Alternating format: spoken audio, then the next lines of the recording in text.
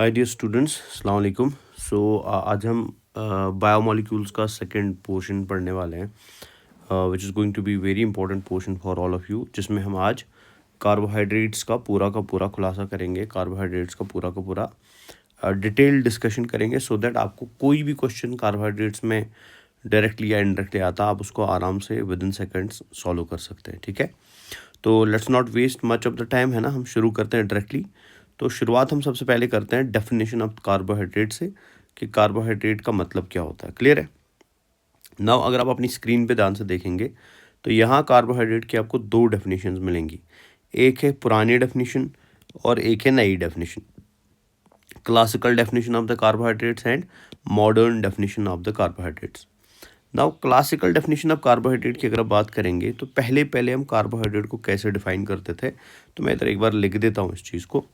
तो शुरुआत में हम ये चीज़ मानते थे कि किसी भी मॉलिक्यूल के अंदर, ठीक है ना, किसी भी मॉलिक्यूल के अंदर अगर वो सेल में पाया जाता है, अगर उसके पास कार्बन है, अगर उसके पास हाइड्रोजन है और अगर उसके पास ऑक्सीजन है, ठीक है ना, और इसके अंदर हाइड्रोजन एंड ऑक्सीजन, ठीक है ना, अगर 2:1 के रेशियो में है, 2:1 के रेशियो में है, तो ऐसी पर्टिकुलर चीज़ को हम क्या नाम देते हैं, कार्बोहाइड्रेट नाम देते हैं। मतलब इन सिंपल टर्म्स अगर मैं समझाने की कोशिश करूं, मैं बोल सकता हूं कि शुरुआत के दिनों में हम ये मानते थे कि किसी भी मॉलिक्यूल या किसी भी कंपाउंड के अंदर अगर कार्बन पाया जाता है, हाइड्रोजन पाया जाता है और ऑक्सीजन पाया जाता है, और इस पर्टिकुलर मॉलिक्यूल के अंदर हाइड्रोजन एंड ऑक्सीजन का रेशियो जो होगा वो 2:1 होगा। मतलब क्या है कि हाइड्रोजन हमेशा ऑक्सीजन के कंपैरिजन में 2 गुना ज़्यादा होगा, ट्वाइस मोर होगा। तो ऐसे पर्टिकुलर मॉलिक्यूल्स को हम क्या बोलते हैं, कार्बोहाइड्रेट्स। जैसे फॉर एग्जाम्पल मैं एक सिंपल एग्जांपल आपको दे दूं, आपने बचपन से बहुत बार ग्लूकोज का डेफिनेशन तो फॉर श्योर पढ़ा होगा। तो ग्लूकोज के अंदर जब आप मॉलिक्यूलर फॉर्मूला लिख देते हो तो हम लिखते हैं C6H12O6, है ना। सो अगर आप ध्यान से देखेंगे तो यहाँ पे कार्बन भी है, हाइड्रोजन भी है और ऑक्सीजन भी है। लेकिन अगर आप ध्यान से देखोगे ना, यहाँ पे हाइड्रोजन है 12 एंड ऑक्सीजन है 6, है ना, 12:6। सो क्या मैं इसको 2:1 मान सकता हूँ? यस, क्लियर है। वैसे ही अगर हम ग्लाइसरल्डिहाइड को देखेंगे, फॉर एग्जांपल C3H8O3 देखेंगे, ठीक है ना। सो यहाँ पे भी अगर आप ध्यान से देखेंगे, H8 नहीं, एक मिनट, C3H6O3 है ना, C3H6O3, ठीक है। तो अगर आप यहाँ पे भी ध्यान से देखेंगे तो यहाँ पे भी आपको हाइड्रोजन ऑक्सीजन के कंपैरिजन में ट्वाइस मिलेगा। क्लियर है। सो ऐसे पर्टिकुलर किसी भी मॉलिक्यूल को पुराने ज़माने में हम क्या मानते थे, हम उसको कार्बोहाइड्रेट मानते थे। नाउ जब हमने आगे डिस्कवरी करी, हमने आगे स्टडीज़ करी, तो हमने क्या पाया कि हमारे पास एक मॉलिक्यूल है which is called as HCHO, ठीक है, फॉर्मल्डिहाइड भी इसको बोला जाता है। सो अगर आप फॉर्मल्डिहाइड को ध्यान से देखेंगे ना, फॉर्मल्डिहाइड में हाइड्रोजन भी है, फॉर्मल्डिहाइड में कार्बन भी है, फॉर्मल्डिहाइड में ऑक्सीजन भी है, और इसमें हाइड्रोजन एंड ऑक्सीजन का रेशियो भी 2:1 है। बट फिर भी हम इसको कार्बोहाइड्रेट नहीं मानते। बट अगर आप इस डेफिनेशन को ध्यान से देखेंगे, इस हिसाब से तो इसको कार्बोहाइड्रेट मानना चाहिए। तो इस वजह से कहीं ना कहीं ये जो कार्बोहाइड्रेट का डेफिनेशन था ना, it was perfect definition in a way, but एक कहीं ना कहीं एक इनकम्प्लीट डेफिनेशन भी थी, बिकॉज ये सारे कार्बोहाइड्रेट्स के ऊपर एप्लीकेबल नहीं थी। क्लियर है। दूसरी चीज़, नाउ अगर आप ध्यान से देखेंगे कि हमारे पास एक बड़ा इंपॉर्टेंट इनऑर्गेनिक मॉलिक्यूल होता है सेल्स में, है ना, which contributes to 70 to 90% of the composition of cell, जिसको हमने लास्ट क्लास में ऑलरेडी पढ़ा है, विच इज़ वाटर। तो अगर आप ध्यान से देखेंगे, वाटर ऐसा मॉलिक्यूल होता है ना, और वाटर के अंदर अगर आप ध्यान से देखेंगे ना, इसमें भी हाइड्रोजन एंड ऑक्सीजन का रेशियो 2:1 है। लेकिन अगर आप कार्बोहाइड्रेट्स को ध्यान से देखोगे, कार्बोहाइड्रेट में वाटर के कंपैरिजन में एक्स्ट्रा क्या है, कार्बन ही तो है। रेस्ट ऑफ द स्ट्रक्चर किसके जैसा होता है, वाटर के जैसा होता है। तो इस वजह से पहले हम कार्बोहाइड्रेट्स को हाइड्रेट्स ऑफ कार्बन भी बोलते थे। ठीक है, why they are called as hydrates of carbon, because they have a water like composition inside them along with the carbon, but इस वजह से हाइड्रेट्स ऑफ कार्बन भी बोला जाता था। डन। नाउ इन शॉर्ट अगर आप ध्यान से देखेंगे तो compounds made up of carbon, hydrogen, oxygen, and in which the ratio of hydrogen and oxygen is 2:1 बेटा, इनको क्या बोला जाता था, कार्बोहाइड्रेट, जो कहीं ना कहीं एक इनकम्प्लीट डेफिनेशन था। नाउ हमने मॉडर्न डेफिनेशन जो कार्बोहाइड्रेट्स की लाई, पहले मैं उसको रीड करता हूँ आपके लिए, फिर एक्सप्लेन करूंगा। तो आजकल हम कार्बोहाइड्रेट किन को बोलते हैं, हम बोलते हैं कार्बोहाइड्रेट्स ऐसे बायोमोलिक्यूल्स है, कार्बोहाइड्रेट्स ऐसे ऑर्गेनिक कंपाउंड्स है जिनमें पॉलीहाइड्रोक्सी नेचर होता है। क्या है इसका मतलब थोड़ी देर में एक्सप्लेन करूंगा। और इनमें दो मेन फंक्शनल ग्रुप्स होंगे, या तो इनमें एल्डिहाइड होगा या तो इनमें कीटोन होगा, ठीक है ना। और ये कार्बोहाइड्रेट जो है ये कभी कभी आपको सिंगल यूनिट में भी मिल सकता है, मतलब अकेले मिल सकता है मोनोमरी फॉर्म में, या कभी कभी दो कार्बोहाइड्रेट आपको एक साथ जुड़े हुए भी मिलेंगे। तो ऐसी कॉम्बिनेशन को कंडेंसेशन प्रोडक्ट भी बोलते हैं। तो इन शॉर्ट आजकल हम क्या बोलते हैं कि कार्बोहाइड्रेट किसी भी ऐसे मॉलिक्यूल को बोला जाएगा जिसमें बहुत सारे OH ग्रुप्स होंगे। बहुत सारे का मतलब होता है मोर देन 2 OH ग्रुप्स होंगे, पॉलीहाइड्रोक्सी नेचर, ठीक है ना। इसके अलावा उसमें एल्डिहाइड होगा एज अ फंक्शनल ग्रुप, या कीटोन होगा, या कीटोन होगा एज अ फंक्शनल ग्रुप अगर वो अकेला यूनिट है। लेकिन अगर वो एक साथ जुड़ा हुआ यूनिट है तो वहाँ पे एल्डिहाइड भी हो सकता है, कीटोन भी हो सकता है। तो मैं इसका एक सिंपल एग्जांपल दूंगा आपको समझाने के लिए, सो दैट आपको थोड़ा क्लियरिटी आए कि मैं कहना क्या चाहता हूँ। जैसे फॉर एग्जाम्पल मैं यहाँ पे दो कार्बोहाइड्रेट्स लिख देता हूँ, दोनों 6 कार्बन के कंपाउंड्स है ना। So for example this is carbon 1,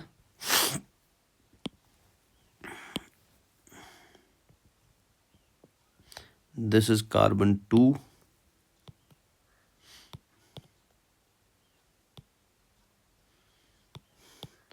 this is carbon 2, carbon 3, carbon 4, carbon 5 and carbon 6, ठीक है।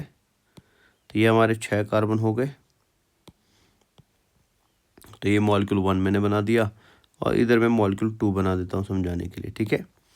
तो नाउ फॉर एग्जांपल इस मॉलिक्यूल का जो इधर मैंने 6 कार्बन का बना दिया है, इस मॉलिक्यूल को मैं नाम देता हूँ ग्लूकोज। सो ये मॉलिक्यूल है ग्लूकोज, ठीक है। और ये मॉलिक्यूल है फ्रिक्टोज। दोनों 6 कार्बन के होते हैं ना, एक है ग्लूकोज एक है फ्रिक्टोज। ना ग्लूकोज मॉलिक्यूल का अगर आप पूरा स्ट्रक्चर देखेंगे तो ग्लूकोज मॉलिक्यूल का पूरा स्ट्रक्चर आएगा CHO, है ना। फिर आएगा CHOH, फिर आएगा CHOH, फिर आएगा CHOH, फिर आएगा CHOH, और फिर आएगा CH2OH। अब ये कैसे आएगा ये मैं आगे सिखाऊंगा आपको, है ना। और वही अगर आप फ्रिक्टोज मॉलिक्यूल का स्ट्रक्चर देखेंगे तो उसमें पहले आएगा CH2OH, फिर आएगा C डबल बॉन्ड O, फिर आएगा CHOH, CHOH, CHOH एंड फिर अगेन आएगा CH2OH। अब ये कैसे होता है ये हम थोड़ी देर में देखेंगे। नाउ अगर आप ग्लूकोज मॉलिक्यूल को ध्यान से देखेंगे, क्या मैं ग्लूकोज मॉलिक्यूल को कार्बोहाइड्रेट बोल सकता हूँ? तो कार्बोहाइड्रेट बोलने के लिए देखते हैं कि क्या ये इस डेफिनेशन पे फिट करता है कि नहीं करता है। तो डेफिनेशन हमको बोलती थी कार्बोहाइड्रेट ऐसे मॉलिक्यूल है विच आर पॉलीहाइड्रोक्स। पॉलीहाइड्रोक्सी का मतलब हुआ जिसमें एक से ज़्यादा OH ग्रुप होगा। तो क्या इसमें एक से ज़्यादा OH ग्रुप्स है? यस, ये एक OH ग्रुप हो गया, ये और एक हो गया, ये और एक हो गया, ये और एक हो गया, और ये और एक हो गया। सो दैट मीन्स ये हो गया पॉलीहाइड्रोक्स, मतलब कंटेनिंग मेनी OH ग्रुप्स, ठीक है। इस पे देख ले क्या फ्रिक्टोज एक कार्बोहाइड्रेट है, तो उस पर भी चेक करेंगे सबसे पहले क्या वो पॉलीहाइड्रोक्स है। तो यस, एक OH ग्रुप, 2 OH ग्रुप, 3 OH ग्रुप, 4 OH ग्रुप एंड 5 OH ग्रुप। Yes, this is also polyhydroxy. फिर हमने उसके बाद देखा था कि अगर कार्बोहाइड्रेट एक सिंगल यूनिट है, जैसे यहाँ पे ग्लूकोज एक अकेला कार्बोहाइड्रेट है, फ्रुक्टोज एक अकेला कार्बोहाइड्रेट है ना। सो इन अकेले कार्बोहाइड्रेट्स को हम आगे पढ़ेंगे तो इन्हें हम आगे नाम देंगे मोनोसेकेराइड्स। क्या नाम देंगे? मोनोसेकेराइड्स, ठीक है, मोनोसेकेराइड्स, ठीक है। सो अगर कार्बोहाइड्रेट मोनोसेकेराइड की फॉर्म में है तो उसमें या तो फंक्शनल ग्रुप एल्डिहाइड होगा या तो फंक्शनल ग्रुप कीटोन होगा। सो अगर आप ध्यान से देखेंगे ग्लूकोज को, तो ग्लूकोज के अंदर आपको सीधे सीधे दिख रहा होगा कि इसमें फंक्शनल ग्रुप यहाँ पे एल्डिहाइड लगा हुआ है, CHO। CHO को कभी कभी हम इस फॉर्म में भी लिख सकते हैं, हम ऐसे लिख सकते हैं C double bond OH। So this is also called a CHO, है ना। सो यहाँ पे एल्डिहाइड आपको दिख रहा है। सो दैट मीन्स इस कार्बोहाइड्रेट के अंदर पॉलीहाइड्रोक्स के अलावा क्या फंक्शनल ग्रुप मिलेगा आपको? एल्डिहाइड भी मिलेगा। क्लियर है। वाइल एज अगर आप ध्यान से फ्रुक्टोज को देखेंगे तो उसमें एल्डिहाइड तो नहीं है, बट उसमें यहाँ पे आपको दिख सकता है कीटोन ग्रुप है बेटा, ठीक है। C डबल बॉन्ड O का मतलब कीटोन ग्रुप होता है। सो दैट मीन्स इसमें यहाँ पे क्या मिल रहा है? कीटोन मिल रहा है, इसमें यहाँ पे कीटोन मिल रहा है। सो अगर आप ध्यान से देखेंगे ये दोनों मॉलिक्यूल्स इस डेफिनेशन पे पूरे खरे उतरते हैं। कैसे? Because aldehyde polyhydroxy nature and aldehyde है in case of glucose, polyhydroxy nature and ketone है in case of fructose. Clear है। लेकिन कभी मान के चलो एल्डिहाइड एक कार्बोहाइड्रेट ऐसा बना जिसमें ग्लूकोज एंड फ्रुक्टोज आपस में जुड़ गया, मतलब कोई कार्बोहाइड्रेट ऐसा बना जिसमें क्या है, combination of one glucose molecule and one fructose molecule है, तो ऐसा कार्बोहाइड्रेट तो हमेशा पॉलीहाइड्रोक्सी होगा सबसे पहले। लेकिन इसके अलावा आपको इसके अंदर एल्डिहाइड भी मिलेगा, कीटोन भी मिलेगा। सो दैट मीन्स एक सिंगल कार्बोहाइड्रेट के अंदर कभी भी दोनों नहीं हो सकते, उसमें या एल्डिहाइड होगा या कीटोन होगा। लेकिन एक ऐसा कार्बोहाइड्रेट जो कॉम्बिनेशन ऑफ मोनोसैकेराइड से बनता है, जैसे डाइसैकेराइड ले लो, पॉलीसैकेराइड ले लो, वहाँ पे कभी कभी आपको एल्डिहाइड एक से ज़्यादा मिल सकता है, कीटोन एक से ज़्यादा मिल सकता है, या कभी कभी एल्डिहाइड भी मिलेगा एंड कीटोन भी मिलेगा। क्लियर है? So this is the definition of carbohydrates, और I would say it is the modern definition of carbohydrates. Done? तो यहाँ तो क्लियर हो गया। अब आते हैं हम क्लासिफिकेशन ऑफ कार्बोहाइड्रेट्स पे, कि कार्बोहाइड्रेट्स को क्लासिफाई कैसे करा जाता है। तो प्लीज़ याद रखेंगे कि कार्बोहाइड्रेट्स के 3 टाइप्स होते हैं बेस्ड ऑन कि वो कितने यूनिट से बना हुआ है। ठीक है, जैसे समझाने के लिए मैं एग्जांपल देता हूँ। मान के चलो फॉर एग्जांपल मैं एक माला बना रहा हूँ और ये माले का धागा है बेटा, ठीक है, ये इस माला का धागा है और इस धागे के ऊपर खाली 1 यूनिट चिपकी हुई है, ठीक है ना। तो अगर कोई भी कार्बोहाइड्रेट सिंगल यूनिट का बना हुआ है, एक अकेले यूनिट का बना हुआ है, तो ऐसे कार्बोहाइड्रेट को हम नाम देंगे मोनो। क्या नाम देंगे? मोनो। ठीक है, आगे लिखेंगे सैकराइड, मोनोसैकराइड। सैकराइड का मतलब शुगर होता है, सो दैट मीन्स ये शुगर खाली सिंगल यूनिट का बना है। अब मान के चलो इस धागे पे और एक पार्ट जुड़ गया, ठीक है, तो अब ये माला 2 पार्ट्स की बनी है, सो दैट मीन्स अब ये 2 शुगर यूनिट्स की बनी है, इसको हम डाइसैकराइड बोलेंगे। ठीक है, वैसे फिर ट्राइसैकराइड बोलेंगे 3, टेट्रासैकराइड बोलेंगे 4, पेंटासैकराइड बोलेंगे 5, ठीक है, ऐसे हेक्सासैकराइड 6 बोलेंगे। So on and so on, ये आगे चलता जाएगा। ठीक है, नाउ अगर ये कभी भी 10 से ज़्यादा हो गया, मतलब इसमें मोर देन 10 यूनिट्स आ गए, तो ऐसी कंडीशन को हम नाम देते हैं ओलिगोसैकराइड। क्या नाम देते हैं? ओलिगोसैकराइड, ओलिगोसैकराइड। ठीक है, सो मतलब ओलिगोसैकराइड एक ऐसा कार्बोहाइड्रेट है जो मोर देन 10 मोनोसैकराइड यूनिट्स का बना होता है। अगर एक का है तो that is called as monosaccharide, फिर एक से ज़्यादा हो गया तो that is called as oligosaccharide. Clear है? तो ओलिगोसैकराइड का मतलब क्या हुआ? अगर कभी भी 2 से लेकर 10 यूनिट्स का कार्बोहाइड्रेट बनेगा, so any carbohydrate which is made up of 2 to 10 monosaccharide units, उसको हम ओलिगोसैकराइड बोलेंगे। और अगर कभी भी कार्बोहाइड्रेट 10 से ज़्यादा मोनोसैकराइड यूनिट का बना है, उसको हम पॉलीसैकराइड बोलते हैं। तो इन शॉर्ट में कहना क्या चाहता हूँ कि कार्बोहाइड्रेट्स 3 टाइप्स के होते हैं। ठीक है ना, carbohydrates are of 3 types. The first type, simplest carbohydrate, monosaccharide. The second type, slightly complex, oligosaccharide. And सबसे ज़्यादा कॉम्प्लेक्स कार्बोहाइड्रेट कौन होता है? पॉलीसैकराइड होता है। तो प्लीज़ याद रखेंगे कार्बोहाइड्रेट्स के 3 टाइप्स है बेस्ड ऑन कि एक कार्बोहाइड्रेट कितने शुगर यूनिट्स का बना है। अगर वो 1 यूनिट का बना है तो मोनोसैकराइड बोलेंगे, 2 से 10 का बना है तो ओलिगोसैकराइड बोलेंगे, उससे ज़्यादा बना है तो उसे पॉलीसैकराइड बोलेंगे। तो सबसे पहले हम किसको पढ़ेंगे? हम सबसे पहले मोनोसैकराइड्स को पढ़ेंगे। डन? नाउ मोनोसैकराइड्स की सबसे पहली प्रॉपर्टी देख लेते हैं। मैं इधर एक पेज ऐड कर देता हूँ सो दैट आपको मैं एक्सप्लेन करूँ मैं कहना क्या चाहता हूँ। नाउ फॉर एग्जाम्पल मैंने आपको यहाँ पे ये 2 मोनोसैकराइड अभी पढ़ाए थे ना, अभी आपने ये पढ़ लिए, इनको हम लाते हैं इस वाले पेज पे। तो ये ज़रा नज़र रखिए ध्यान से। तो ये मैंने आपको यहाँ पे 2 मोनोसैकराइड्स अभी पढ़ाए हैं। ठीक है, ये अभी आपने पढ़े। नाउ अगर आप इन 2 मोनोसैकराइड्स को ध्यान से देखोगे ना, तो मुझे बताओ क्या इन मोनोसैकराइड्स के अंदर पॉलीहाइड्रोक्सी नेचर है कि नहीं है? यस सर, इनमें पॉलीहाइड्रोक्सी नेचर है। सो दैट मीन्स मोनोसैकराइड में हमेशा पॉलीहाइड्रोक्सी नेचर होगा ही होगा। दूसरा, अगर मैं आपको बोलूँ क्या इनके अंदर एक से ज़्यादा एल्डिहाइड यूनिट है, आप बोलेंगे नहीं। क्या इनके अंदर एक से ज़्यादा कीटोन यूनिट है? नहीं। सो दैट मीन्स एक मोनोसैकराइड जो है ना, उसमें सिंगल एल्डिहाइड होगा, सिंगल कीटोन होगा, और इसके अलावा क्या होगा? पॉलीहाइड्रोक्सी नेचर होगा। तो ये तो होगी पहली बात जो आप मोनोसैकराइड्स के बारे में याद रखेंगे, है ना। तो मैं इधर लिख देता हूँ इसको एक बार साइड में। तो फर्स्ट चीज़, इसको इधर लाते हैं ऐसे, है ना। तो पहली चीज़ जो आप मोनोसैकराइड्स के बारे में याद रखेंगे, पहली चीज़ जो आप मोनोसैकराइड्स के बारे में याद रखेंगे वो क्या याद रखेंगे? कि मोनोसैकराइड जो होते हैं ना, they are formed of single sugar unit. ये एक सिंगल शुगर यूनिट के बने होते हैं, है ना। दूसरा याद रखेंगे ये होते हैं सिंपलेस्ट कार्बोहाइड्रेट, यानी एक कार्बोहाइड्रेट का मोनोमरिक यूनिट फॉर्म होता है। ये सबसे सिंपलेस्ट कार्बोहाइड्रेट्स होते हैं बिकॉज इनसे जुड़ के बाद में बाकी कार्बोहाइड्रेट के टाइप्स बनते हैं, ठीक है। तीसरा आप याद रखेंगे, इनमें आपको मिलेगा सिंगल एल्डिहाइड और कीटोन यूनिट ठीक है। फंक्शनल ग्रुप में लिख देता हूँ, कीटोन फंक्शनल ग्रुप। इनमें आपको अकेला aldehyde and ketone functional group मिलता है, ठीक है ना। प्लस साथ में क्या होगा, ये पॉलीहाइड्रोक्स होगा, साथ में क्या होगा, पॉलीहाइड्रोक्स होगा। क्लियर है। नाउ नेक्स्ट चीज़ जो मैं यहाँ पे ऐड करना चाहता हूँ, जो आप प्लीज़ याद रखेंगे, अगेन वेरी वेरी इंपॉर्टेंट चीज़, आप हमेशा याद रखेंगे कि मोनोसेकेराइड्स के अंदर जो कार्बन एटम्स होते हैं, जैसे फॉर एग्जांपल अगर आप ग्लूकोज में देखेंगे तो ग्लूकोज में 6 कार्बन एटम है, 1 2 3 4 5 एंड 6, है ना। फ्रक्टोज में भी 6 है, 1 2 3 4 5 6।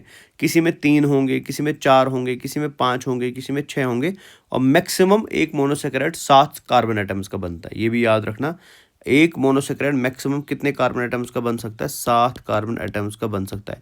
तो ये हाईएस्ट मोनोसेकेराइड होता है, ठीक है ना। मोनोसेकेराइड चाहे लोएस्ट 3 कार्बन का बने या चाहे हाईएस्ट 7 कार्बन का बने, यहाँ मैं यूनिट की बात नहीं कर रहा हूँ, यहाँ मैं कार्बन की बात कर रहा हूँ। जैसे मोनोसेकेराइड खाली एक सिंगल यूनिट को रिप्रेजेंट करेगा, लेकिन ये सिंगल यूनिट मिनिमम 3 कार्बन की बन सकती है, मैक्सिमम 7 कार्बन की बन सकती है, ठीक है। हम आगे पढ़ेंगे थोड़ी देर में। हमेशा एक बात याद रखेंगे, चाहे 3 यूनिट का बना हो या चाहिए 7 यूनिट का बना, एक्सेप्शंस आर देयर, एक्सेप्शंस हम आगे पढ़ेंगे। लेकिन एक चीज़ इनमें कॉमन याद रखनी है आपको, दैट इज कि मोनोसेकेराइड्स के अंदर हमेशा आपको कार्बन एटम्स के अंदर कोई एक कार्बन एटलीस्ट ऐसा मिलेगा, जो होगा एसिमेट्रिक कार्बन,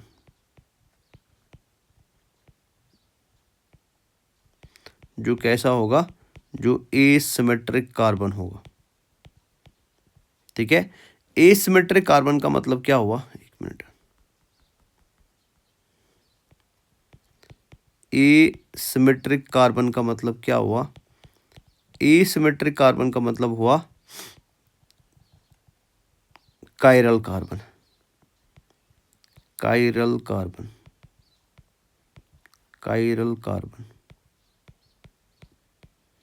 ठीक है। नाउ कायरल कार्बन का मतलब क्या होता है, अगर आपने पढ़ा है तो फॉर श्योर आपको आइडिया होगा ही, लेकिन अगर आपने नहीं पढ़ा तो मैं एक बार आपको बता देता हूँ कायरल कार्बन का मतलब क्या होता है। ये ज़रा नजर रखिए ध्यान से। मान के चलो फॉर एग्जाम्पल मेरे पास एक कार्बन एटम है, ठीक है, और आप सबको पता है कार्बन की वैलेंसी 4 होती है, because it can form 4 bonds, है ना। सो ये हो गया बॉन्ड नंबर 1, ये हो गया बॉन्ड नंबर 2, ये हो गया बॉन्ड नंबर 3, और ये हो गया बॉन्ड नंबर 4।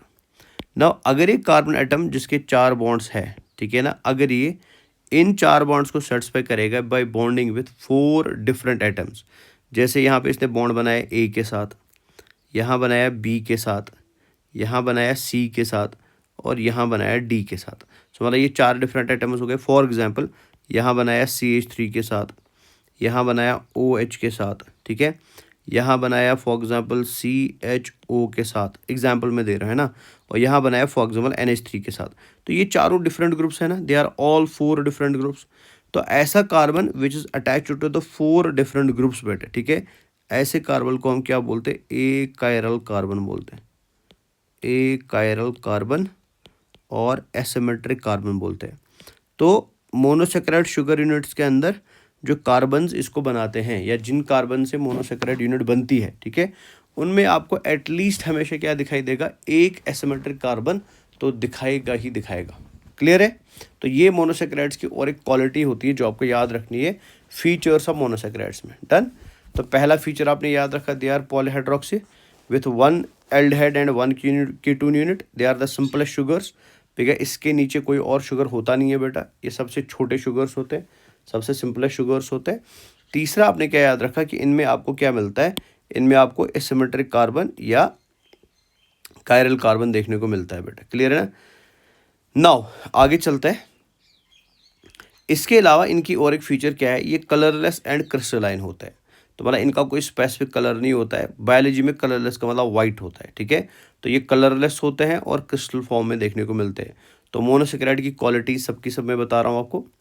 इसके अलावा because they are sweet in taste, monosaccharide जो होते हैं ना, ये मज़े में कैसे होते हैं, टेस्ट में कैसे होते हैं, sweet, they are sweet in taste. इस वजह से इनको शुगर्स या सेकेराइड्स भी बोला जाता है, ठीक है। इस वजह से इनको शुगर्स या सेकेराइड्स भी बोला जाता है। डन। नाउ ये सॉल्युबल होते हैं वाटर में, ठीक है, they are soluble in water, but ये इनसॉल्युबल होते हैं नॉन पोलर सॉल्वेंट्स में। जैसे नॉन पोलर सॉल्वेंट में बेंजीन आएगा, ठीक है ना, क्लोरोफॉर्म आएगा, क्लोरोफॉर्म आएगा। ये नॉन पोलर सॉल्वेंट्स होते हैं, इनके अंदर कभी भी कार्बोहाइड्रेट डिजोल्व नहीं होते हैं। So they are only dissolve और they are only soluble in water बेट। डन। नेक्स्ट, कार्बोहाइड्रेट जो मोनोसेकेराइड नेचर के होते हैं, ये रिड्यूसिंग इन नेचर होते हैं। अब ये रिड्यूसिंग इन नेचर का मतलब क्या होता है हम आगे थोड़ी देर में पढ़ेंगे, बट अभी आप क्वालिटी में याद रख लो, monosaccharides are reducing in nature. Clear है ना। सो एक बार मैं फिर से रिपीट करता हूँ। सो कार्बोहाइड्रेट जो होते हैं they can be single aldehyde and single ketone, but हमेशा पॉलीसेकेराइड्स होंगे, पॉलीहाइड्रोक्सी होंगे। ये इनमें एसिमेट्रिक कार्बन देखने को मिलता है। एसिमेट्रिक कार्बन क्या मैंने बता दिया ऑलरेडी। ये सिंपलेस्ट शुगर्स होते हैं, बिकॉज इससे सिंपलेस्ट कोई और कार्बोहाइड्रेट नहीं होता है, बिकॉज ये कार्बोहाइड्रेट के मोनोमेरिक यूनिट्स होते हैं, सिंपलेस्ट फॉर्म होती है। ये कलरलेस एंड क्रिस्टलाइन होते हैं। ये टेस्ट में स्वीट होते हैं, इस वजह से इनको शुगर्स बोला जाता है।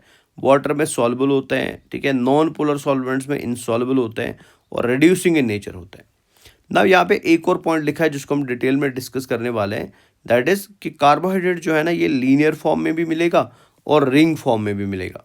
ना ये लीनियर फॉर्म का मतलब क्या होता है, रिंग फॉर्म का मतलब क्या होता है, इसको थोड़ा हम एक बार डिटेल में एक्सप्लेन करते हैं, बिकॉज ये इंपॉर्टेंट पॉइंट है। रीज़न इज़, ऑल्दो ये हमें पढ़ना नहीं है, बट आगे जाके आपको स्ट्रक्चर ऑफ डाइसेकेराइड पढ़ना है, स्ट्रक्चर ऑफ पॉलीसेकेराइड पढ़ना है, या डाइसेकेराइड के अंदर बॉन्ड्स कैसे बनते हैं, अल्फा 1,2 बॉन्ड किसे बोला जाता है, अल्फा 1,4 बॉन्ड किसे बोला जाता है ना, अल्फा 1,6 बॉन्ड किसे बोला जाता है। तो ये चीज़ें समझने के लिए कार्बोहाइड्रेट का लीनियर फॉर्म तो वैसे भी आपको आइडिया आएगा ही आएगा थोड़ी देर में कैसे बनाते हैं, लेकिन कार्बोहाइड्रेट के रिंग फॉर्म समझना बड़ा इंपॉर्टेंट है। तो अब ये रिंग फॉर्म बनता है कैसे, इसका थोड़ा सा आइडिया लेते हैं, ताकि आपको कोई भी कन्फ्यूजन आगे जाके इस टॉपिक में ना आए बेटा, ठीक है। तो चलते हैं हम आगे। सबसे पहले मैं आपको इन सिंपल टर्म समझा देता हूँ कि लीनियर का मतलब क्या होता है, रिंग का मतलब क्या होता है। देखिए, जैसे फॉर एग्जाम्पल मैंने अभी आपको बोला, इधर मैं ऐड कर देता हूँ, ठीक है। सो ये कार्बोहाइड्रेट जो है they are present in linear form plus ring form. तो ये लीनियर फॉर्म में भी होता है, रिंग फॉर्म में भी होता है ना। नजर रखिए ध्यान से, लीनियर फॉर्म का मतलब क्या है, रिंग फॉर्म का मतलब क्या है। जैसे मैंने अभी आपको बोला ग्लूकोज, समझना प्लीज ध्यान से, ग्लूकोज, ठीक है। और मैंने बोला आपको ग्लूकोज कितने कार्बन का बनता है, तो ये 6 कार्बन का बनता है। सो जब भी हम किसी कार्बोहाइड्रेट की, सुनना ध्यान से, जब भी हम किसी मोनोसेकेराइड कार्बोहाइड्रेट की फॉर्मूला लिखेंगे, तो फॉर्मूला का जो बेसिक है बेटा, ठीक है, या जनरल फॉर्मूला जो है, तो मोनोसेकेराइड की होती है CnH2nOn, ठीक है। और N यहाँ पे क्या है बेटा, ये नंबर ऑफ कार्बन एटम्स है, number of carbon atoms, number of carbon atoms. जैसे फॉर एग्जांपल मैं बोलूँगा कि ग्लूकोज के अंदर कार्बन एटम 6 है, तो ये बन गया C6, हाइड्रोजन ऑलरेडी 2 रहेंगे, मल्टीप्लाई बाय अगेन 6, है ना, बिकॉज मैंने अभी बोला N is the number of carbon atoms, और इधर आएगा O6। सो अगर मैं इसको थोड़ा और स्ट्रीमलाइन कर दूं, क्या ग्लूकोज की फॉर्मूला ये बनेगी C6H12O6। तो ये बन गया ग्लूकोज का फॉर्मूला, है ना। नाउ ये ग्लूकोज मॉलिक्यूल जो है, ये नेचर में आपको 2 फॉर्म में मिलेगा, ठीक है। It can be present in the linear form, तो ये लीनियर फॉर्म में मिलेगा, या it can be present in ring form, ये रिंग फॉर्म में मिलेगा। डन। सेम फ्रुक्टोज के साथ भी हो जाएगा। जैसे मैंने अभी आपको बोला फ्रिक्टोस, फ्रिक्टोस है ना, तो फ्रिक्टोस में भी कितने कार्बन है, 6 कार्बन है बेटा। तो फ्रिक्टोस की फॉर्मूला भी क्या बनेगी, C6H12O6, है ना। सो that means glucose and fructose number of carbon atom पे तो सेम ही है बेटा, लेकिन दोनों में फिर अंतर क्या है, अभी अभी आपने अंतर देखा था, दोनों में अंतर ये है कि इसमें फंक्शनल ग्रुप पाया जाता है एल्डिहाइड, अभी देखा ना। तो इसमें फंक्शनल ग्रुप क्या होता है एल्डिहाइड, और इसमें फंक्शनल ग्रुप क्या होता है कीटोन। ये दोनों में फ़र्क है। सो दैट मीन्स एक एल्डिहाइड कंटेनिंग 6 कार्बन शुगर है और दूसरा कीटोन कंटेनिंग 6 कार्बन शुगर है। नाउ चाहे आप एल्डिहाइड वाला ले लो मतलब ग्लूकोज, चाहे कीटोन वाला ले लो मतलब फ्रुक्टोज, दोनों के अंदर बेटा आपको लीनियर फॉर्म में भी मिलेगा और रिंग फॉर्म में भी मिलेगा। नाउ लीनियर फॉर्म का मतलब क्या होता है, लीनियर फॉर्म का मतलब होता है कि जहाँ सारे कार्बन जो है ना वो एकदम स्ट्रेट लाइन में अरेंज होंगे।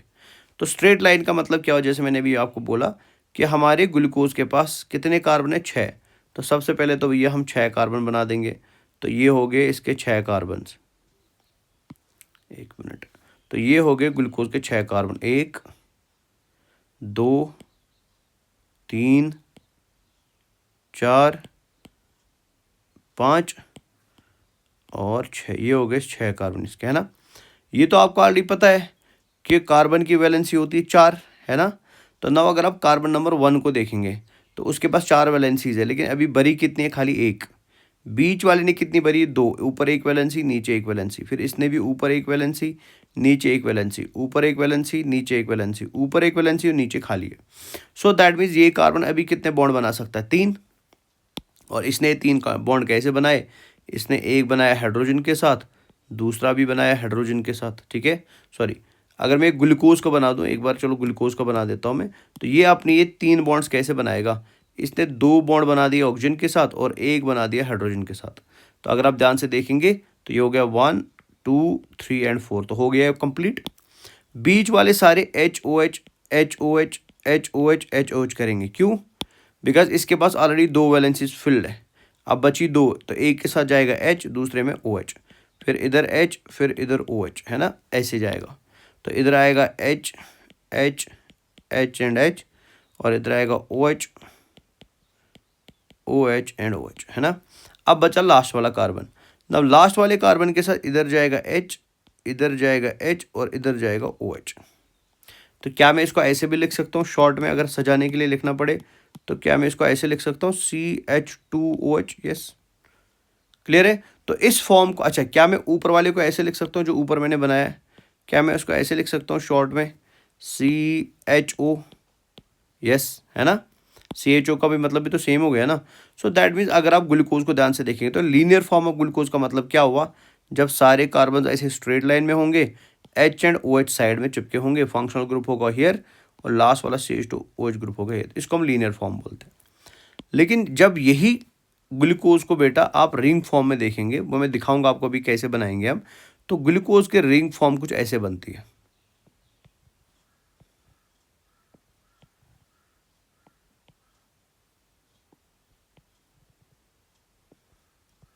तो ये ग्लूकोज के ऐसे रिंग फॉर्म बनी, ठीक है। तो इसमें अगर आप ध्यान से देखेंगे, ये है कार्बन नंबर 1, ये 2, ये 3, ये 4, ये 5, और एक कार्बन नंबर होगा आउट ऑफ द रिंग, है ना। सो होगा ऐसे CH2OH लास्ट वाला। तो इधर आएगा H and OH, H and OH, H and OH and H and OH। तो इस फॉर्म को हम क्या बोलते हैं, this is called as ring form. So that means carbohydrate आपको ऐसे भी मिलेगा और कार्बोहाइड्रेट आपको ऐसे भी मिलेगा। सिमिलरली अगर मैं फ्रुक्टोज की बात करूं, है ना, तो फ्रुक्टोज में तो सेम स्ट्रक्चर रहेगा लगभग लगभग, बस एक बड़ा चेंज आएगा। जैसे मान के चलिए ये इधर अब मैंने फ्रुक्टोज बना दिया, ठीक है। तो फ्रुक्टोज में बेटा बिकॉज वो कीटोन कंटेनिंग शुगर है, तो वहाँ तो एल्डिहाइड फंक्शनल ग्रुप होगा नहीं। सो दैट मीन्स फ्रुक्टोज के अंदर पहले कार्बन पे होगा CH2OH, ठीक है। नाउ जो दूसरा कार्बन आपको यहाँ पे दिख रहा है ना, इसमें जाएगा C डबल बॉन्ड O, बाकी सेम रहेगा, इधर जाएगा C double bond O। So that means fructose के अंदर फंक्शनल ग्रुप कार्बन नंबर 2 पे है, कार्बन नंबर 1 पे नहीं है। तो ये इसका फ्रुक्टोज का लीनियर फॉर्म हो गया। लेकिन जब आप इसी फ्रुक्टोज का रिंग फॉर्म बनाएंगे तो फ्रुक्टोज का रिंग फॉर्म आपको ऐसा दिखाई देता है। तो ये ऑक्सीजन हो गया,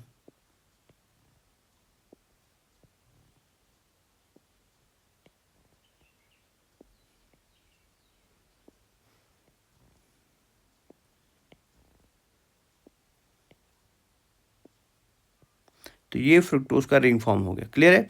तो यहाँ पे आपको मिलेगा CH2OH एंड OH, फिर मिलेगा H एंड OH, फिर मिलेगा H एंड OH, फिर मिलेगा CH2OH एंड H। ये क्लियर हुआ।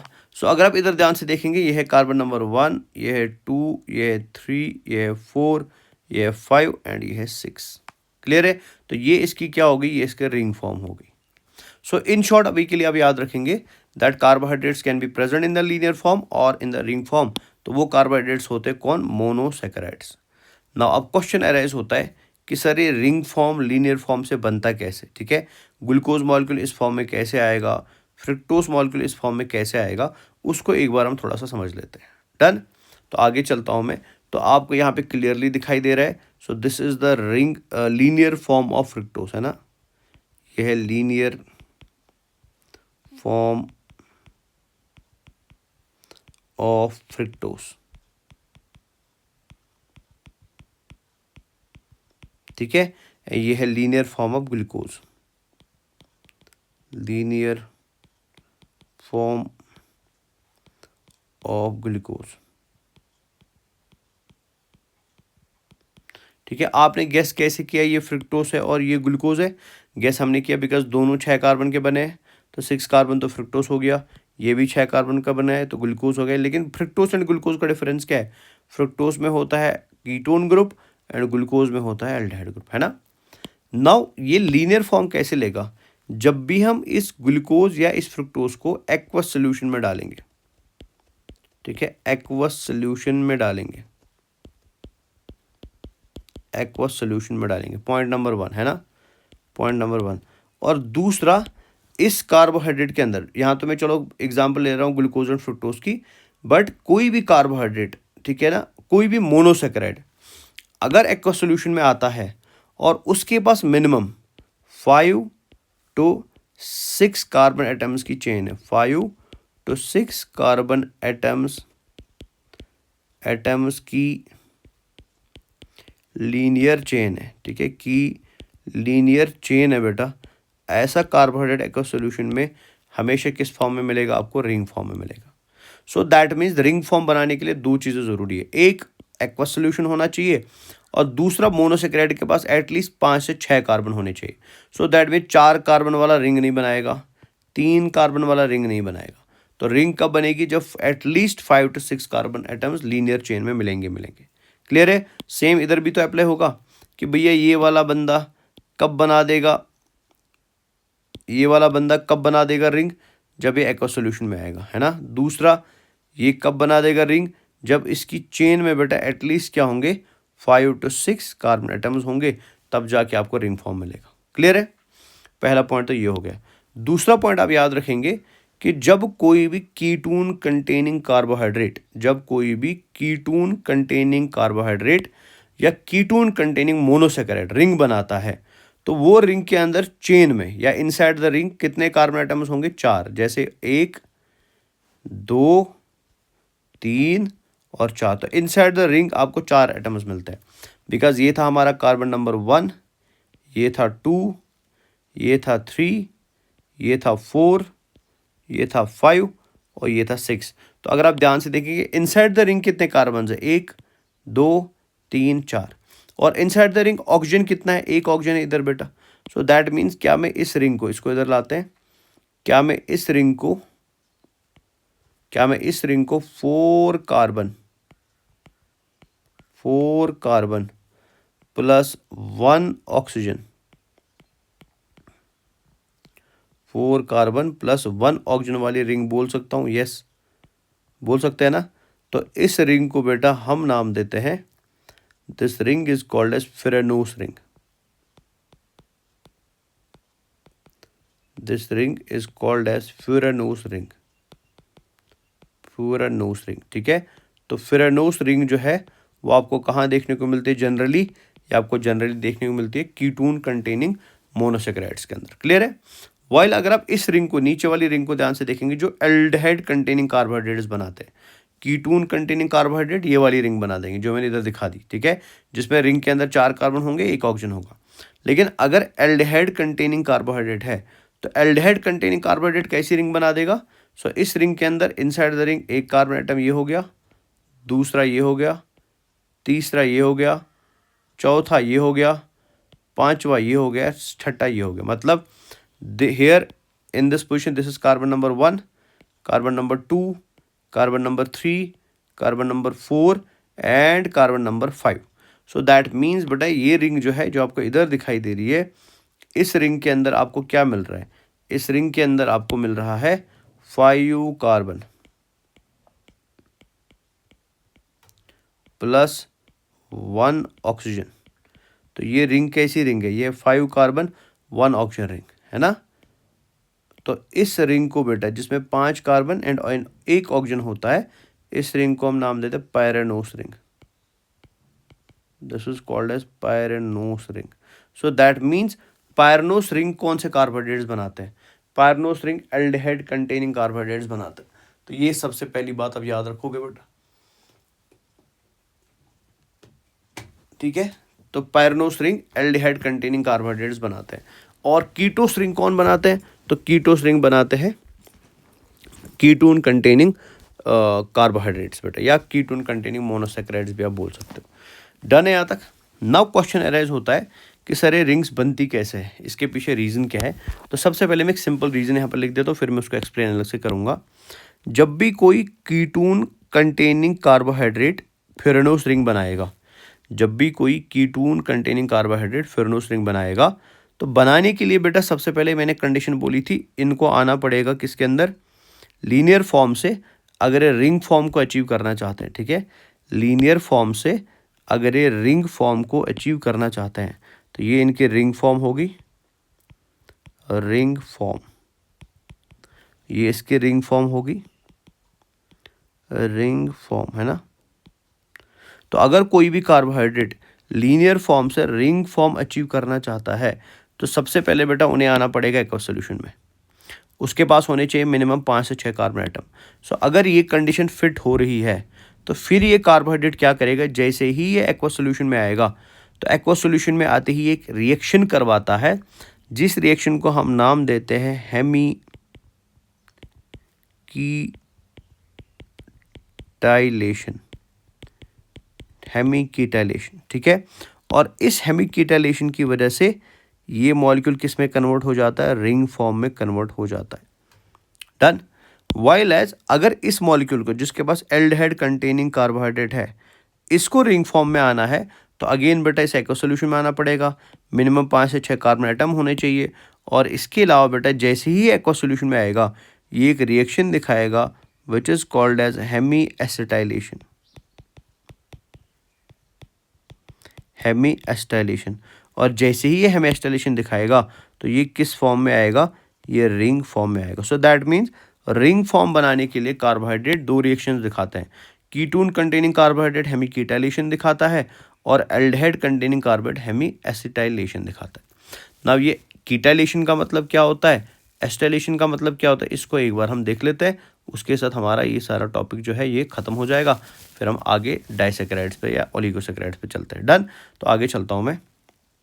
सबसे पहले हम देखते हैं कि हेमीकीटाइलेशन का मतलब क्या होता है ना। हेमीकीटाइलेशन से पहले आप देख लेते हैं कि कीटाइलेशन का मतलब क्या होता है। कीटाइलेशन का मतलब सिंपल में होता है कि जब भी OH ग्रुप रिएक्ट करे C double bond O group के साथ, ठीक है, जब भी OH ग्रुप रिएक्ट करे, इसको मैं पीछे वाले पेज पे लिख देता हूँ, जब इधर लिख देते हैं, जब भी OH ग्रुप यानी ROH है ना रिएक्ट करेगा C double bond O group के साथ, तो इस रिएक्शन को हम नाम देते हैं कीटाइलेशन। डन। जब भी OH ग्रुप रिएक्ट करेगा एल्डिहाइड ग्रुप के साथ, ठीक है, एल्डिहाइड ग्रुप के साथ, इस रिएक्शन को हम नाम देते हैं एसिटाइलेशन, ठीक है ना। तो one is ketalization and one is acetalization. Now अगर ये रिएक्शन 2 अलग अलग मॉलिक्यूल में हो रही है, मान के चलो ये मॉलिक्यूल 1 है कंटेनिंग OH, ये रिएक्ट कर रहा है मॉलिक्यूल 2 के साथ containing C double bond O, तो इसको हम कीटाइलेशन बोल सकते हैं। लेकिन अब मान के चलो मॉलिक्यूल एक ही है, ठीक है, मॉलिक्यूल मान के चलिए एक ही है, और इसी मॉलिक्यूल के अंदर एक एंड पे जुड़ा है OH और दूसरे एंड पे जुड़ा है CHO, या इसी मॉलिक्यूल के अंदर बेटा एक एंड पे जुड़ा है OH और दूसरे एंड पे जुड़ा हुआ C डबल बॉन्ड O, और ये OH and C double bond O आपस में रिएक्ट कर गए, ये OH and C double bond O आपस में रिएक्ट कर गए, तो इसको मैं बोलूँगा इंटरनल हेमीकीटाइलेशन, और इसको मैं बोलूँगा इंटरनल हेमीकीटाइलेशन। मैं फिर से एक बार समझा देता हूँ। मान के चलिए for example something like this, मान के चलो फॉर एग्जाम्पल ये एक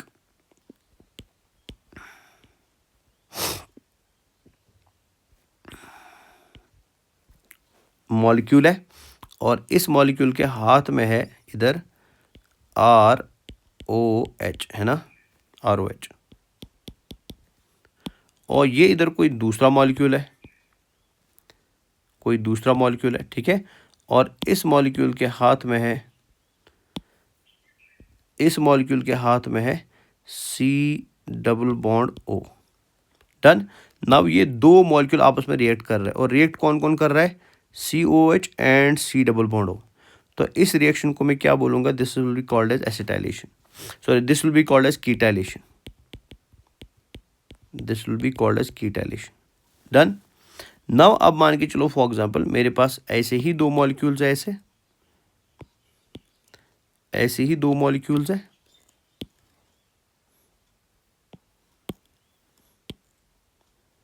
ऐसे दो अलग अलग मॉलिक्यूल्स है, और इसमें क्या हो रहा है, ये मॉलिक्यूल के पास है, ये मॉलिक्यूल के पास है हाथ में ROH, और इधर है C+OH, मतलब शॉर्ट में CHO। तो जब ये दो रिएक्ट करेंगे, है ना, ये दो रिएक्ट करेंगे, तो इसको हम क्या बोलेंगे, this will be called as acetylation.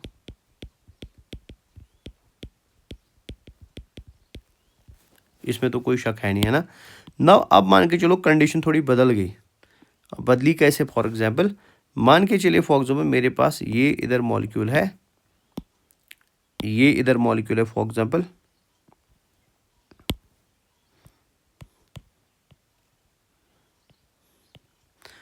इसके एक हाथ में है, अब मतलब मॉलिक्यूल एक ही है ना, इसके एक हाथ में है फॉर एग्जांपल ROH, और इसके खुद के ही दूसरे हाथ में है इधर बेटा C+O, ठीक है, कंडीशन 1। और फॉर एग्जांपल मान के चलो और एक मॉलिक्यूल है इधर, इसके खुद के ही एक हाथ में है ROH और दूसरे हाथ में है CHO। तो नाउ अगर ये सेम मॉलिक्यूल के दो आपस में रिएक्ट कर रहे हैं ना, this will be called as internal ketalization, this will be called as internal acetalization, short में इसको बोलेंगे हेमी कीटाइलेशन, और इसको बोलेंगे हेमी कीटाइलेशन। तो आई होप ये क्लियर हो गया। अब आगे चलते हैं ना। तो अब मान के चलो फॉर एग्जाम्पल मेरे पास यहाँ पे एक मॉलिक्यूल है, और आपने मॉलिक्यूल को पहचान लिया, दिस इज ग्लूकोज,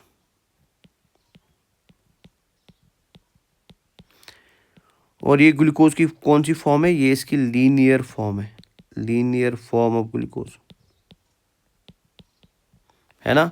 कैसे पता चला ग्लूकोज है, तो आइडिया आपके पास ऑलरेडी है, बिकॉज इसमें 6 कार्बन है एंड CHO ग्रुप है। नव अब ये रिंग फॉर्म में कैसे आएगा, रिंग फॉर्म में आने के लिए बेटा सबसे पहले मैं इसको डालूंगा किसमें, एक्वस सोल्यूशन में। नव जैसे मैं इस मॉलिक्यूल को एक्वस सोल्यूशन में डालूंगा, तो एक्वस सोल्यूशन में डालते ही इस मॉलिक्यूल में क्या होगा, ये ज़रा नज़र रखिए प्लीज़ ध्यान से। इस मॉलिक्यूल में क्या होगा, एक्वस सोल्यूशन में आते ही इसके अंदर सबसे पहले कार्बन की काउंटिंग करते हैं, carbon number 1, carbon number 2, carbon number 3, carbon number 4, carbon number 5 and carbon number 6। तो इस मॉलिक्यूल के अंदर यहाँ पे अगर आप ध्यान से देखेंगे, कार्बन नंबर 5 पे बेटा एक OH ग्रुप लगा हुआ है ना, इसको मैं हटा देता हूँ 1 मिनट के लिए। सो यहाँ पे आपको कार्बन नंबर 5 पे OH ग्रुप दिख रहा है, इसको मैं थोड़ा अलग तरीके से लिख देता हूँ, O इधर लिख देता हूँ मैं, और H थोड़ा सा दूर कर देता हूँ, है ना। तो ये इसमें यहाँ पे OH ग्रुप लगा हुआ है। नाउ इस OH ग्रुप के पास लोन पेयर ऑफ इलेक्ट्रॉन है, तो ये भैया इसके पास है लोन पेयर ऑफ इलेक्ट्रॉन्स, है ना। नाउ ये oxygen on the 5th carbon जिसके पास लोन पेयर ऑफ इलेक्ट्रॉन्स है, oxygen on the 5th carbon जिसके पास क्या है बेटा, लोन पेयर ऑफ इलेक्ट्रॉन्स है, ये क्या करता है बेटा, ये न्यूक्लियोफाइलिक अटैक करता है टू द 1st कार्बन। यहाँ पे आपको 1st कार्बन दिखाई दे रहा है, और यहाँ पे आपको 5th कार्बन दिखाई दे रहा है। तो 5th कार्बन का ऑक्सीजन जिसके पास लोन पेयर ऑफ इलेक्ट्रॉन्स है, वो न्यूक्लियोफिलिक अटैक करेगा, ठीक है ना। Nucleophilic attack is a term in the chemistry, phenomena in the chemistry, जो आप केमिस्ट्री टीचर से डिटेल में समझ, बट यहाँ पे मैं खाली वर्ड यूज़ करूँगा। जो न्यूक्लियोफाइलिक अटैक करेगा किसको बेटा, 1st कार्बन को।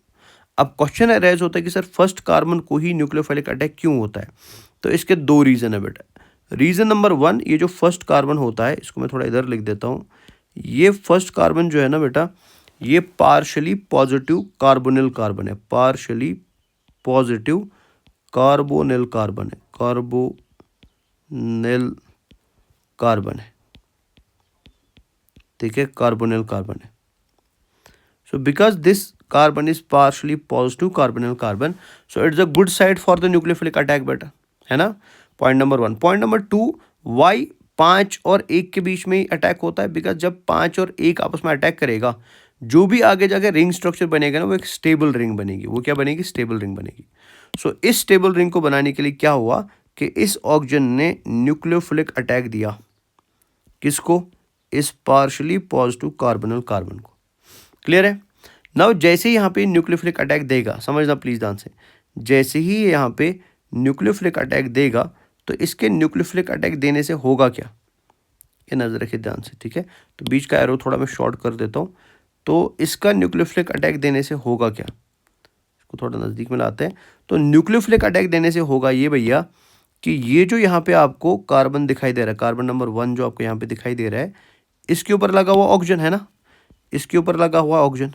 तो भैया जब ये न्यूक्लियोफिलिक अटैक को रिसीव करेगा, तो ये कार्बन बेटा डिस्टेबलाइज हो जाएगा ना, बिकॉज ये ऑलरेडी 4 बॉन्ड्स बना चुका है।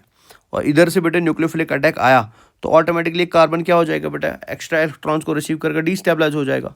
तो स्टेबिलिटी को मेंटेन करने के लिए कार्बन क्या करता है, ये इस डबल बॉन्ड में से, यहाँ पे डबल बॉन्ड दिख रहा है, डबल बॉन्ड में से एक बॉन्ड को हटा देगा, मतलब रिप्लेस कर देगा, और that bond is pi bond बेटा।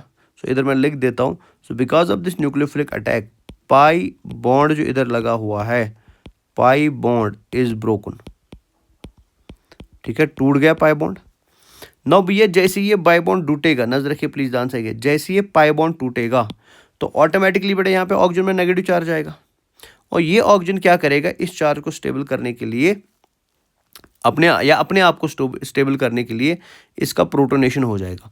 प्रोटोनेशन का मतलब क्या हुआ, ये जुड़ेगा H के साथ, ठीक है ना, H पॉजिटिव यहाँ होगा, तो ये H के साथ जुड़ेगा और बनेगा क्या, OH। समझ आ रहा है? तो इस पॉइंट पे क्या हुआ, कार्बन के पास पहले था डबल बॉन्ड O, बट जब न्यूक्लियोफिलिक अटैक आया, तो न्यूक्लियोफिलिक अटैक से स्टेबिलिटी ऑर्डर बिगड़ गया। स्टेबिलिटी ऑर्डर को मेंटेन करने के लिए इसने एक bond which is pi bond break कर दिया, जिसकी वजह से ऑक्सीजन डिस्टेबलाइज हुआ। अपने आप को स्टेबलाइज करने के लिए उसकी प्रोटोनेशन हुई, तो वहाँ पे क्या बना, OH बना, तो सिंगल OH ग्रुप बन गया। यहाँ तो कोई दिक्कत नहीं है।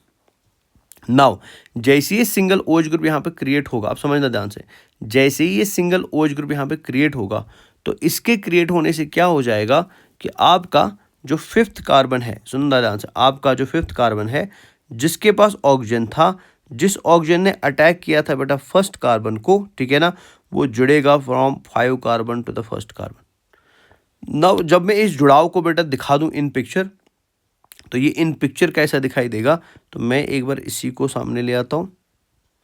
तो अब हमारी पिक्चर कुछ ऐसे बनी हुई है, अगेन थोड़ा नज़दीक में लाते हैं। अब हमारी पिक्चर कुछ ऐसी बनी हुई है। तो ये अटैक वटैक में यहाँ से हटा देता हूँ अभी, बिकॉज ये आप समझ गए अटैक में क्या हुआ। तो इसको हटा देते हैं, इसको भी यहाँ से थोड़ा सा आगे लाता हूँ मैं। तो ये ऑक्सीजन जो है, बिकॉज ये अब जुड़ चुका है कार्बन नंबर 1 के साथ, ठीक है ना, और कार्बन नंबर 1 के हाइड्रोजन को थोड़ा सा मैं साइड में कर देता हूँ। तो इसको हम इधर साइड में लाते हैं, ठीक है। तो अब क्या होगा, अब होगा ये कि भैया अब ये कार्बन, ठीक है, जुड़ चुका है इस कार्बन के साथ, और इनको जोड़ने वाला बीच में कौन है, ऑक्सीजन, ऐसे, ये क्लियर है। तो इनको जोड़ने वाला कौन है, ऑक्सीजन। नाउ अगर मैं इस पिक्चर को थोड़ा सा प्रॉपर शेप दे दूं, ठीक है, इस पिक्चर की मैं एक प्रॉपर शेप दे दूं, तो इस शेप को बेटा हम बोलते हैं हैवर्ट्स प्रोजेक्शन। केमिस्ट्री में आप इंशाल्लाह आगे पढ़ेंगे। तो हैवर्ट्स प्रोजेक्शन हम इसका बनाएंगे कैसे, तो बनाने का एक सिंपल ट्रिक मैं आपको बता देता हूँ। सबसे पहले आप देखेंगे कि अब इस रिंग में कितने कार्बन, नजर रखिए, अब ये रिंग बन गया ना, डिब्बा बन गया, तो इस रिंग में 4 कार्बन है, 1 2 3 4 और 5 है ना। सो ये रिंग हमारी बन गई जिसमें 5 कार्बन है, 1 2 3 4 एंड 5। तो रिंग को बनाने के लिए सबसे पहले आप क्या करोगे, आप कार्बन नंबर 2 एंड 3 को बनाएंगे।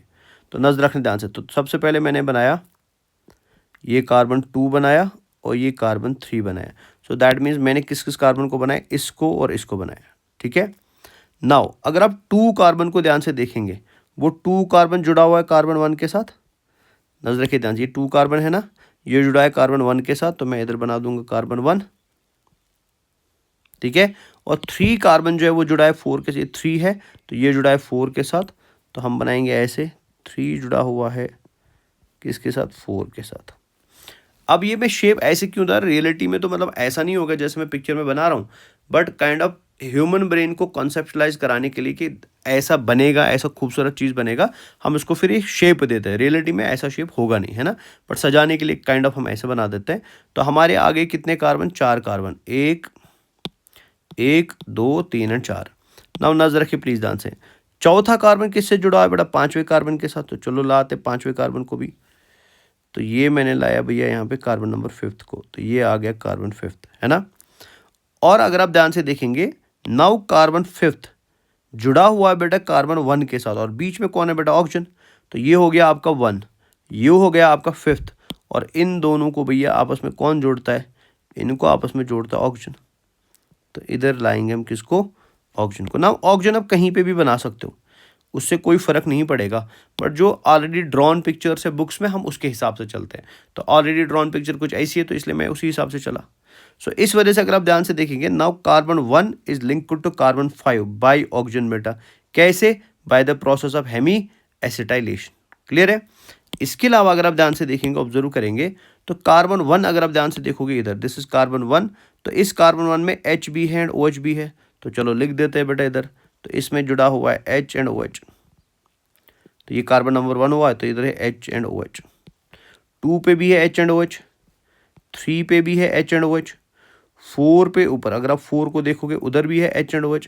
लेकिन अगर आप 5th को ध्यान से देखेंगे ना, तो 5th में बेटा एक तो है H, अगर मैं इसको ऐसे ब्रेक कर दूँ 5th, तो इधर है H, है ना, तो इस H को मैं अंदर से लिख देता हूँ, तो H को अंदर लिखते हैं, और बाहर से कौन है रिंग के बाहर, CH2OH, तो इधर क्या लिखेंगे, CH2OH।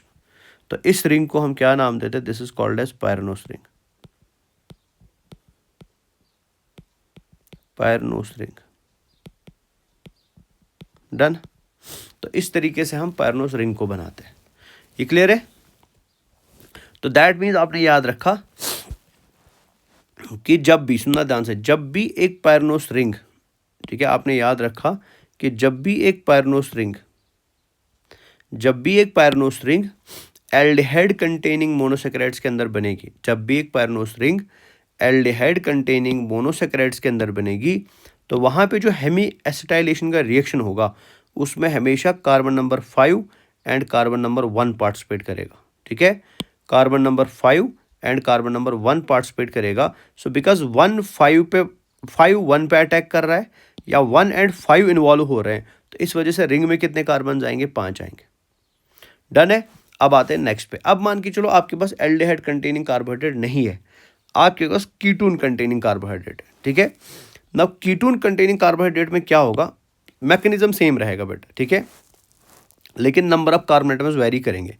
यहाँ पे जो अटैक होता है ना बेटा, वो होता है carbon number 2 and carbon number 5 के बीच में, ठीक है, carbon number 2 and carbon number 5 के बीच में। यहाँ अटैक था 1 एंड 5 के बीच में, यहाँ है 2 एंड 5 के बीच में।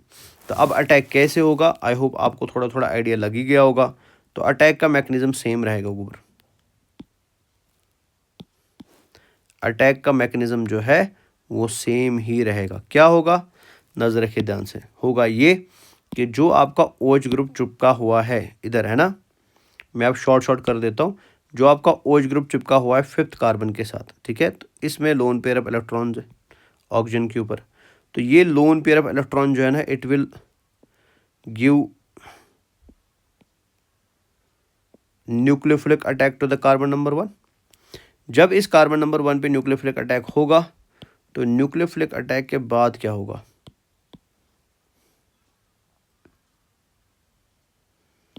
जैसे न्यूक्लियोफिलिक अटैक हो गया तो अब न्यूक्लियोफिलिक अटैक के बाद क्या होगा, इसको थोड़ा हटा देते हैं।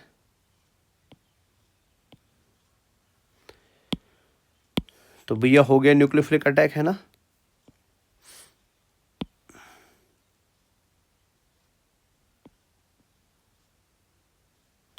न्यूक्लियोफिलिक अटैक से क्या हो जाएगा कि यहाँ का जो आपको दिख रहा है ऑक्सीजन, है ना, यहाँ का जो आपको ऑक्सीजन दिख रहा है, सो जैसे यहाँ पे न्यूक्लियोफिलिक अटैक होगा ये कार्बन डिस्टेबलाइज हो जाएगा। अपने आप को स्टेबल करने के लिए ये इसमें से एक बॉन्ड को, जो पाई बॉन्ड होगा उसको ब्रेक कर देगा। भैया जैसे ही यहाँ पे पाई बॉन्ड ब्रेक हो जाएगा तो यहाँ पे सिंगल बॉन्ड आ जाएगा। सिंगल बॉन्ड आएगा तो इसमें नेगेटिव चार्ज आएगा। नेगेटिव चार्ज को स्टेबलाइज करने के लिए ये अपने साथ एच को जोड़ देगा।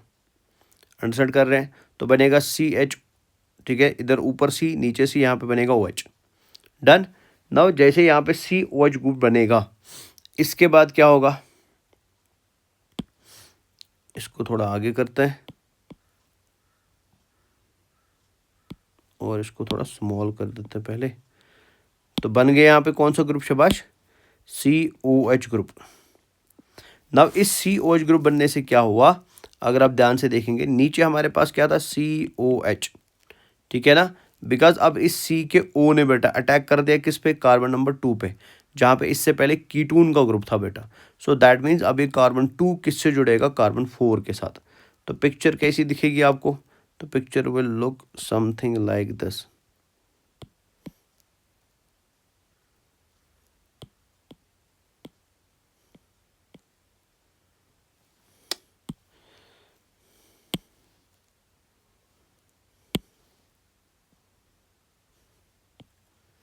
तो पिक्चर अब आपको कुछ ऐसी पिक्चराइज होगी। तो ये हमारा स्ट्रक्चर ऐसे है, ठीक है। और अब यहाँ पे ये चीज़ हो चुकी है गायब।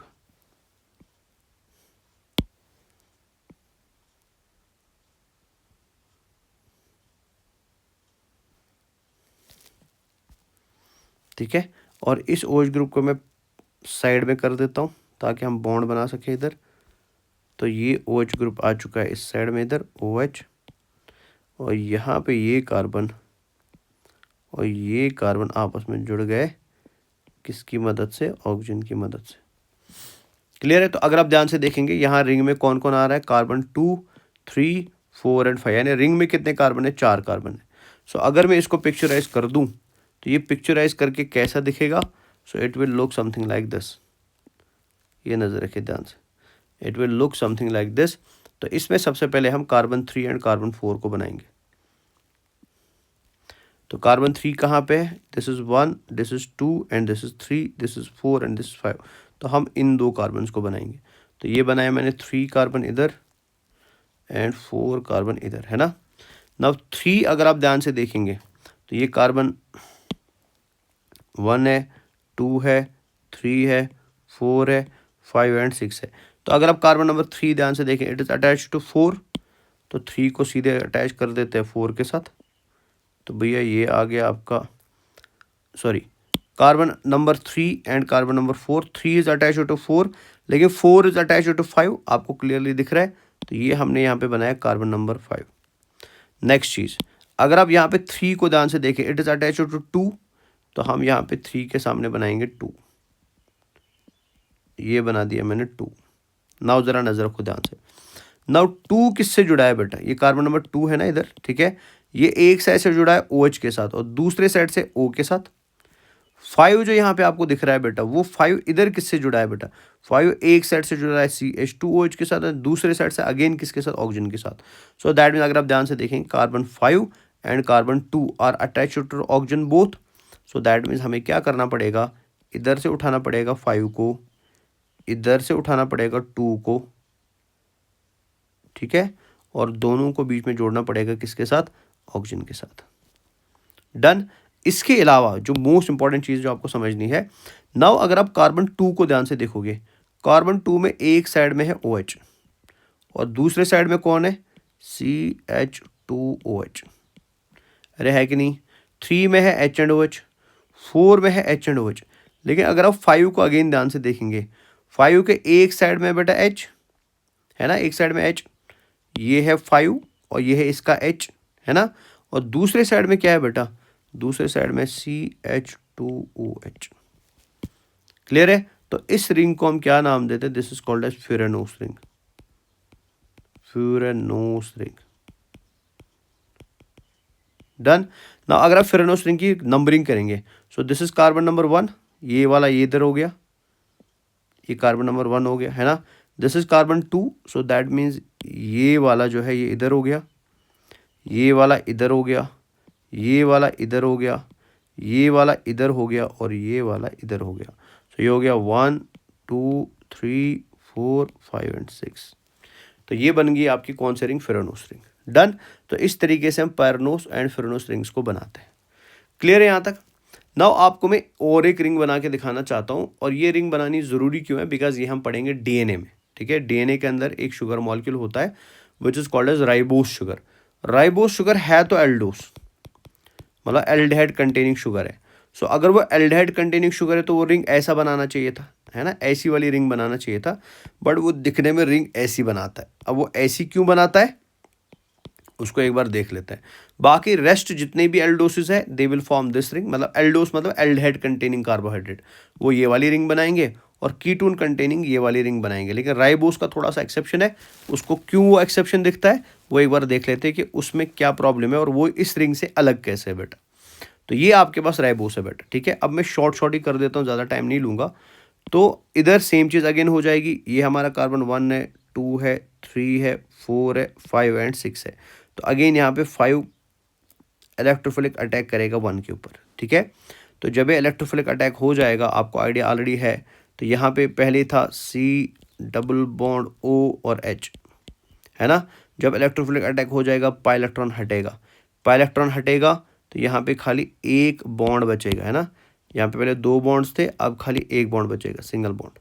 जब सिंगल बॉन्ड बचेगा तो यहाँ पे आ जाएगा बेटा नेगेटिव चार्ज, तो ये है प्रोटोनेट हो जाएगा H के साथ, तो बनेगा यहाँ पे OH। सो मतलब at the end of the discussion जो आप ऑलरेडी समझ गए, तो मैं शॉर्ट में इधर क्या लिख देता हूँ कि जब ये रिएक्शन होगी तो फर्स्ट कार्बन के ऊपर आपको यहाँ पे मिलेगा COH एंड H। क्लियर है? फिर है कार्बन नंबर 2, फिर है 3, फिर है 4, फिर है 5 और फिर है 6 CH2OH। बीच में सबके ऊपर क्या है, H and OH, H and OH, H and OH, है ना। नाउ जब ये रिएक्शन हुई होगी, सुनना ध्यान से, जब ये रिएक्शन हुई होगी, so this is our carbon number 1। ठीक है, 1 2 3 4 5 एंड 6, है ना। ये जुड़ गया होगा बेटा कार्बन नंबर 5 के साथ, ऐसे, किसकी मदद से, ऑक्सीजन की मदद से।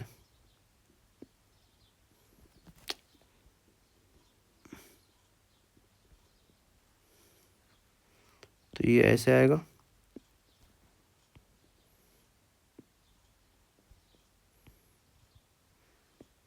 मैंने एक मिनट,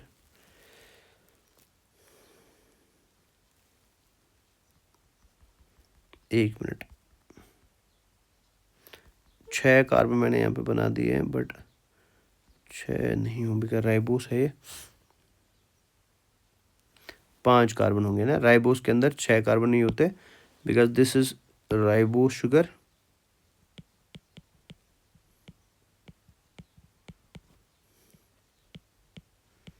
तो राइबो शुगर में कितने कार्बन होते हैं, खाली 5 carbon. It is not a 6 carbon containing ring, है ना। सो ये 1 2 3 4 5। तो यहाँ एक चीज चेंज करनी है, तो एक बार मैं चेंज कर देता हूँ, रुको।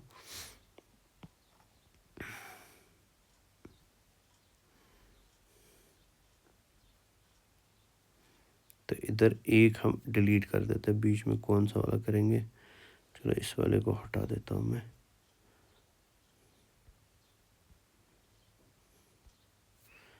तो बाकी तो ठीक है, इसको ऐसे कर देते हैं।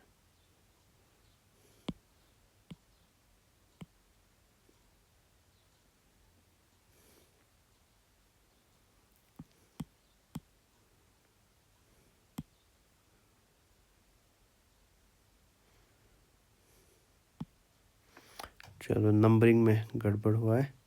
सो दिस इज 1 2 3, बीच में हटा देता हूँ मैं 4, बीच में गलत ऐड हुआ है, इसको इधर से हटा देते हैं। तो ये हो गया 4 और ये हो गया 5, ठीक है।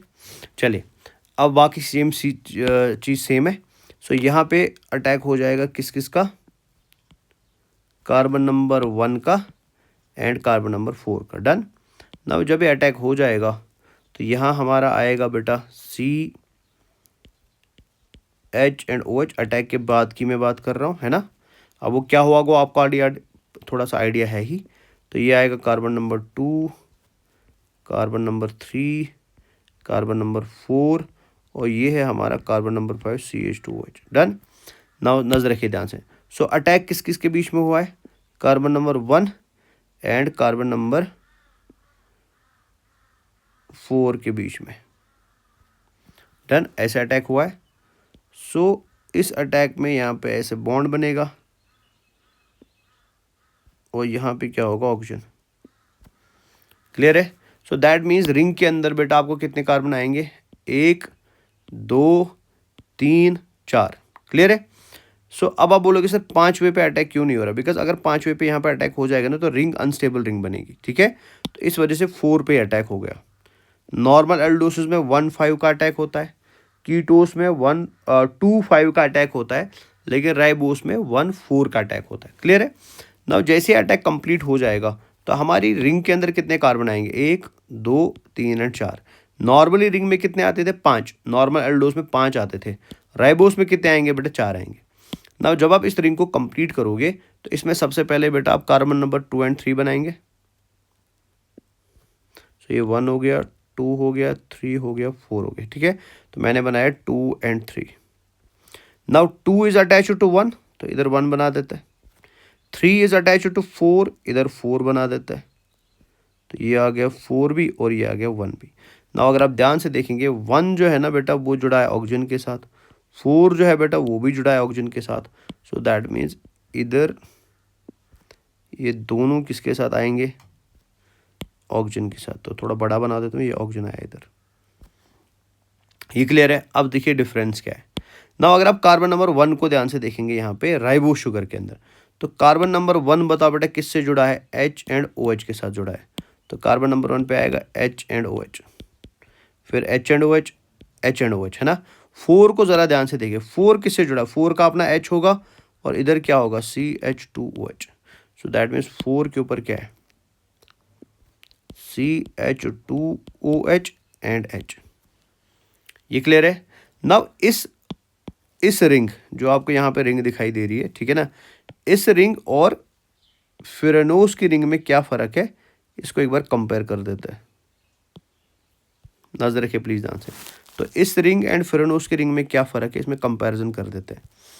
इस रिंग के अंदर कार्बन नंबर 1 के ऊपर बेटा, कार्बन नंबर 1 के ऊपर H एंड OH है, ठीक है। लेकिन यहाँ कार्बन नंबर 2 के ऊपर बेटा CH2OH एंड OH है। सो दैट मीन्स यहाँ पर रिंग के अंदर कितने कार्बन है, 4, और रिंग के बाहर 1 कार्बन है। लेकिन यहाँ रिंग के बाहर 2 कार्बन होंगे, इधर भी और इधर भी। Point number 1। पॉइंट नंबर 2, यहाँ रिंग के कार्बन नंबर 1 पे H एंड OH है, लेकिन यहाँ 1 के ऊपर नहीं, यहाँ 2 के ऊपर CH2OH एंड OH है। अंडरस्टैंड कर रहे हैं कि नहीं कर रहे। सो दैट मीन्स यहाँ पे कार्बन नंबर 1 का क्या है बेटा, डिफरेंस है, ठीक है ना। सो इस वजह से ये रिंग जो है ये राइबोस की होगी और ये किसकी होगी, ये किसी कीटोन कंटेनिंग शुगर की होगी। तो प्लीज़ याद रखेंगे DNA के अंदर जो रिंग पाया जाता है, DNA के अंदर जो शुगर मॉलिक्यूल पाया जाता है, that is a ribose sugar. It's a 5 carbon containing sugar, जिसमें रिंग के ऊपर अंदर कितने होते हैं, खाली 4 ही कार्बन होता है। क्लियर है। So this is also done.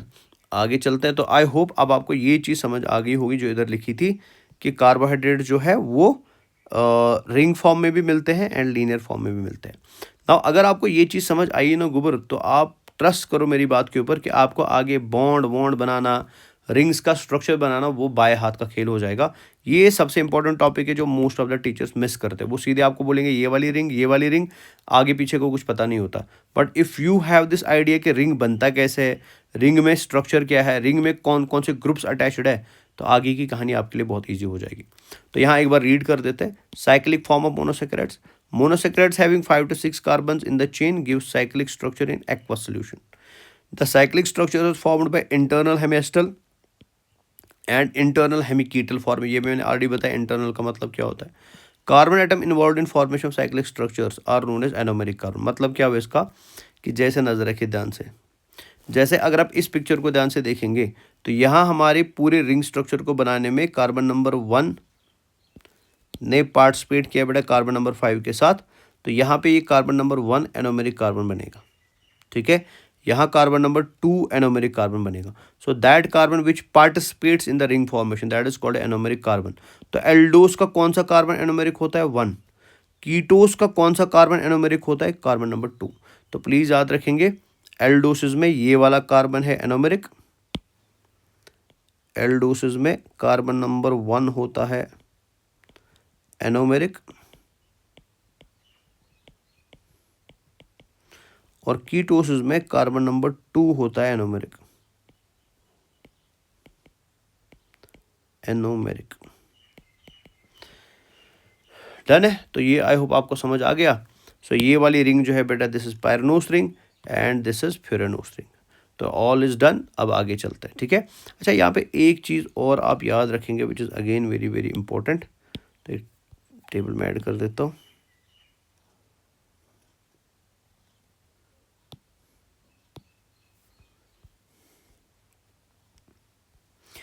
एक चीज़ और आप प्लीज़ याद रखेंगे, नाउ एनोमेरिक कार्बन के ऊपर पोजीशन ऑफ ओएच ग्रुप क्या होगा ये समझना ध्यान से। जैसे फॉर एग्जाम्पल यहाँ पे एनोमेरिक कार्बन आपको दिखाई दे रहा है और नीचे भी आपको एनोमेरिक कार्बन दिखाई दे रहा है ना, ये एनोमेरिक कार्बन है, हाईलाइट में कर देता हूँ एनोमेरिक कार्बन, और इसके ऊपर ये 2 ग्रुप्स अटैच्ड है। तो प्लीज़ प्लीज़ प्लीज़ याद रखोगे आगे ये बहुत काम आने वाला है। अगर एनोमेरिक कार्बन के ऊपर OH ग्रुप नीचे वाले साइड में है, अगर एनोमेरिक कार्बन के ऊपर OH ग्रुप नीचे वाले साइड में है तो ऐसे एनोमेरिक कार्बन को हम बोलते हैं alpha anomeric carbon, anomeric carbon, ठीक है। तो अल्फा का मतलब क्या हुआ, if the position of OH group on the anomeric carbon is on lower side, अगर OH ग्रुप एनोमेरिक कार्बन पे नीचे वाले साइड में मतलब इट इज पोजीशन डाउनवर्ड्स, इसको हम अल्फा बोलते हैं। तो आगे जो भी मैं बॉन्ड्स आपको पढ़ाने वाला हूँ ना डाइसैकेराइड पॉलीसैकेराइड में, जैसे अल्फा 14, अल्फा 16, बीटा 14, तो वहाँ पे अल्फा और बीटा वर्ड जो मैं यूज़ करूँ ना वो यही मतलब होगा कि OH ग्रुप कहाँ है, OH ग्रुप नीचे है कि OH ग्रुप ऊपर है। तो अगर OH ग्रुप नीचे है तो it is called as anomeric carbon ना। अगर आप इधर ध्यान से दें यहाँ कार्बन नंबर 2 है तो यहाँ बताओ OH ग्रुप कहाँ है बेटे, यहाँ पे भी तो नीचे ही है ना, तो इसको भी क्या बोलेंगे बेटा, this is called as alpha, this is called as alpha anomeric carbon, alpha anomeric carbon. Done. Now मान के चलो इसका उल्टा हो गया, उल्टा का मतलब क्या है,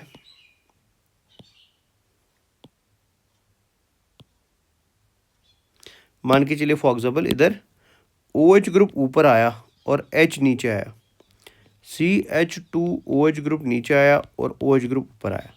सो अगर एनोमेरिक कार्बन के ऊपर OH ग्रुप ऊपर है, अपवर्ड्स है, तो इसको हम बीटा एनोमेरिक कार्बन बोलते हैं, बीटा एनोमेरिक कार्बन, ठीक है। तो ये याद रखेंगे अल्फा किसे बोला जाता है और बीटा किसे बोला जाता है। डन है ना। तो नाउ अब हम आते हैं क्लासिफिकेशन ऑफ मोनोसैकेराइड्स पे, ठीक है। तो सबसे पहली बात जो आप याद रखेंगे, monosaccharides are classified on the basis of number of carbon atoms, कि मतलब एक मोनोसैकेराइड को आप क्या नाम दोगे वो डिपेंड करता है कि उसमें कार्बन एटम्स कितने हैं, ठीक है ना। सो प्लीज़ याद रखेंगे ओवरऑल कार्बोहाइड्रेट्स को हम क्लासिफाई करते हैं based on number of monosaccharides. अगर एक मोनोसैकेराइड तो मोनोसैकेराइड है ना, 2 है तो डाइसैकेराइड, 3 है तो ट्राइसैकेराइड। लेकिन मोनोसैकेराइड्स को हम किस बेसिस पे क्लासिफाई करें, इसमें बच्चे बड़े कंफ्यूज होते हैं। तो monosaccharides are classified on the base of number of carbon atoms, कि वो कितने कार्बन से बना है। जैसे फॉर एग्जांपल मान के चलिए मैं आपको बोल रहा हूँ कि भैया मोनोसैकेराइड जो हमने बनाया, 1 मिनट है, तो मैंने एक मोनोसैकेराइड बनाया फॉर एग्जांपल दिस मोनोसैकेराइड, ठीक है, और ये मैंने बनाया 3 कार्बन्स का, 1 मिनट,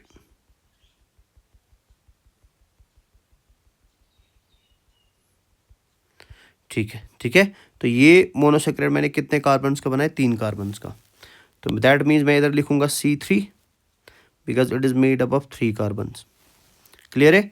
वैसे ही मैंने एक और मोनोसैकेराइड बनाया विच इज़ ऑफ 4 कार्बन्स, तो मैं लिखूंगा कि ये मोनोसैकेराइड बना है 4 कार्बन का, है ना। वैसे ही फॉर एग्जाम्पल मैंने और एक मोनोसेक्राइड बनाया, for example it is made up of 5 carbons, ठीक है। तो ये इधर मैंने ऐड कर दिया, तो मैं लिखूँगा C5, ठीक है। फॉर एग्जाम्पल वैसे ही मैंने और एक मोनोसेक्राइड बनाया 6 कार्बन्स का, तो मैं लिखूँगा इधर C6, ठीक है। या मैक्सिमम से मैक्सिमम हो सकता है 7 कार्बन का, ठीक है। सो अब मोनोसेक्राइड का नाम किस बेसिस पे आएगा, that depends on how many carbon atoms the monosaccharide is made up of. जैसे फॉर एग्जाम्पल मैंने 3 कार्बन का मोनोसेक्राइड बनाया, सो 3 कार्बन कंटेनिंग मोनोसेक्राइड को, प्लीज याद रखेंगे, 3 कार्बन कंटेनिंग मोनोसेक्राइड को हम नाम देते हैं ट्राइओस। ट्राइओस, तो ट्राइओस का मतलब क्या होता है, ट्राइओस का मतलब होता है वो कार्बोहाइड्रेट या वो मोनोसेक्राइड कार्बोहाइड्रेट जो 3 कार्बन का बना है। नाउ अब मान के चलो कार्बोहाइड्रेट 4 कार्बन का बना, मोनोसेक्राइड कार्बोहाइड्रेट 4 कार्बन का बना है, so this is called as tetrose. This is called as tetrose, ठीक है। टेट का मतलब हो गया 4, ठीक है ना। ओस का मतलब क्या होता है, कार्बोहाइड्रेट, टेट्रोस। वैसे अगर 5 कार्बन का बना होगा, मान के चलो कोई मोनोसेक्राइड 5 कार्बन का बना है, ठीक है ना, तो उसको क्या बोलेंगे, पेंटओस, है ना, पेंटओस, पेंटओस, ठीक है। और वैसे ही मान के चलो अब मोनोसेक्राइड 6 कार्बन का बना है, तो उसे क्या बोलेंगे, hexose, hexose, hexose. So that means monosaccharides are divided into 4 और 5 डिफरेंट ग्रुप्स बेटा, based on the number of carbon atoms.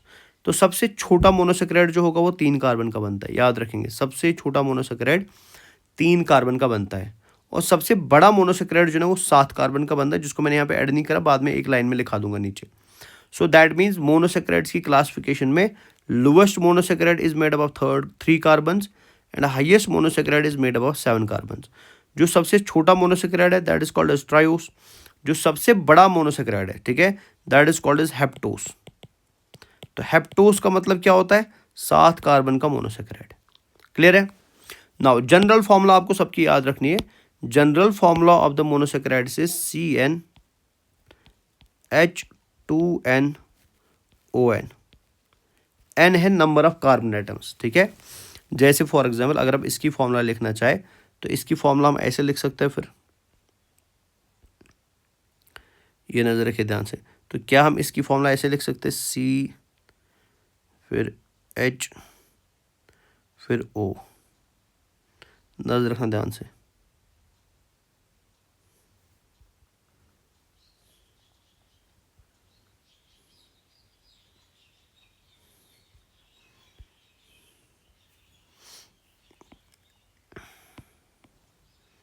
तो ज़रा नज़र रखिए ध्यान से। सो अगर इसमें 3 कार्बन एटम्स हैं तो जनरल फॉर्मूला है CnH2nOn।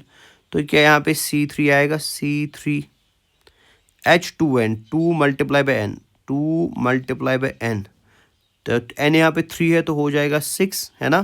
तो आएगा C6C3H6O3। सो दैट मीन्स ट्राइओस का फॉर्मूला क्या होगा, C3H6O3। वैसे अगर आप टेट्रोस का देखेंगे तो C4 है, H मल्टीप्लाई बाई 2 है, ठीक है ना। तो H कितने हैं हमारे पास बेटा, H2 है, जनरल फॉर्मूला में 2 है, एक मिनट, तो H2n है हमारे पास, है ना। तो 2 मल्टीप्लाई बाई n यहाँ पे क्या है 4, तो हो गया 8, तो C4H8O4। सो टेट्रोस की फॉर्मूला क्या आएगी, C4H8O4। डन। नाउ अगर मैं इसको बनाना चाहूँ बेटा, फॉर एग्जाम्पल मैं इसका स्ट्रक्चर बनाना, लीनियर फॉर्म ऑफ स्ट्रक्चर बनाना चाहता हूँ, तो सबसे पहले मैं 3 कार्बन लूँगा, carbon 1, carbon 2 and carbon 3। Because मैं यहाँ पे 2 फॉर्म चीज़ें आपको एक साथ दिखा रहा हूँ, aldehyde containing monosaccharide and ketone containing monosaccharide. So if this is aldehyde containing monosaccharide तो यहाँ पे आएगा CHO, आएगा कि नहीं आएगा। फिर यहाँ पे आएगा CHOH और यहाँ पे आएगा CH2OH। तो इस मोनोसेक्राइड को हम नाम देते हैं ग्लाइसरॉल्डिहाइड।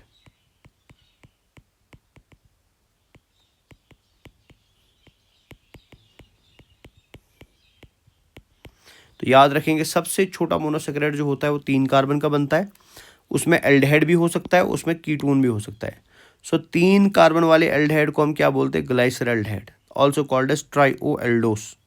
ठीक है, this is also called as trioaldose, या आप इसको एल्डो ट्राइओस भी लिख सकते हैं। तो glyceraldehyde is a aldo triose because it is a aldehyde containing 3 carbon monosaccharide. वैसे अगर मैं कीटोन को बनाऊं तो कीटोन में भी मेरे को 3 कार्बन लेने पड़ेंगे, carbon 1, carbon 2 and carbon 3। Carbon 2 पे C डबल बॉन्ड O होगा, है ना, तो यहाँ होगा CH2OH और यहाँ पे भी होगा CH2OH। तो अगर आप ध्यान से देखेंगे ना, यहाँ कार्बन आएंगे 3, 1 2 3, है ना। हाइड्रोजन आनी चाहिए 6, तो 1 2 3 4 और ये 2 हो गए 6। ऑक्सीजन आनी 3, 1 2 3। तो वैसे यहाँ पे भी सेम 3 कार्बन, 6 हाइड्रोजन, ज गए 4 5 तो 6 और 3 ऑक्सीजन 1 2 3। क्लियर है? तो इसको हम बोलते हैं डाईहाइड्रोक्स एसीटोन, डाईहाइड्रोक्स एसीटोन।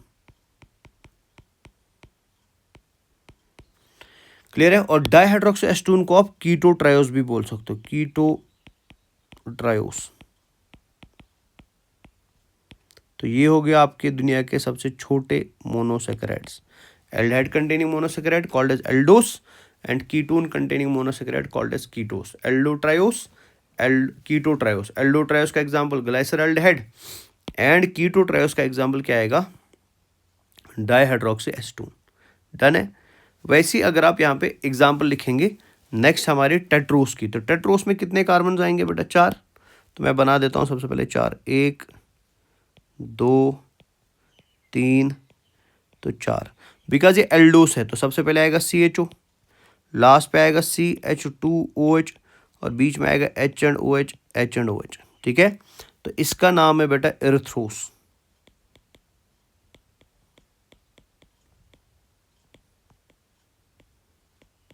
ठीक है, तो क्या एरिथ्रोस को मैं एल्डो टेट्रोस लिख सकता हूँ? यस सर, लिख सकते हैं। तो ये बन गया एल्डो टेट्रोस। तो वैसे अगर मैं यहाँ पे बनाना चाहूँ तो मैं एल्डो कीटो टेट्रोस को भी बना सकता हूँ। कैसे? 4 कार्बन, 1 2 3 4, है ना। यहाँ पे आएगा CH2OH, यहाँ पे आएगा CH2OH, इधर आएगा H एंड OH, यहाँ पे आएगा C डबल बॉन्ड O आएगा ना। So this is called as erythrulose.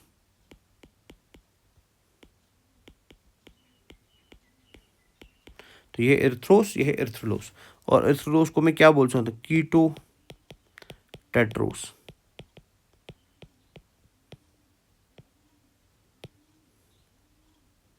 तो ये बनेगा कीटो टेट्रोस। ठीक है, अब जो मैं लिखने वाला हूँ ये इंपॉर्टेंट, इसको याद रखना है। नव हमारे पास 5 कार्बन का भी मोनोसेकेराइड हो सकता है। तो जनरल फॉर्मूला क्या है? अगेन CnH2nOn, है ना।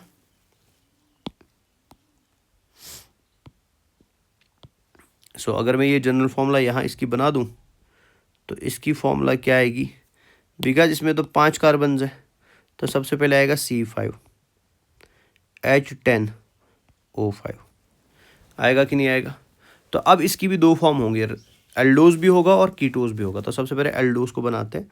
तो अगेन 5 कार्बन, 1 2 3 4 और 5, है ना।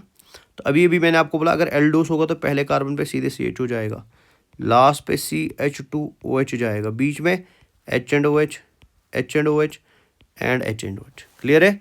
तो इस शुगर को हमने अभी बनाया भी था, this is called as ribose. तो बताओ राइबोस को हम शॉर्ट में क्या बोल सकते हैं? This can be called as aldo pentose. याद आया? तो DNA में पेंटोस शुगर लिखते हैं। तो why it is called as pentose? Because it is a 5 carbon containing sugar. तो ये नीट के लिए इंपॉर्टेंट, इसको याद रखेंगे। क्लियर है? वैसे ही आपने बॉटनी के अंदर रिबुलोस पढ़ा होगा। तो रिबुलोस को कैसे बनाएंगे?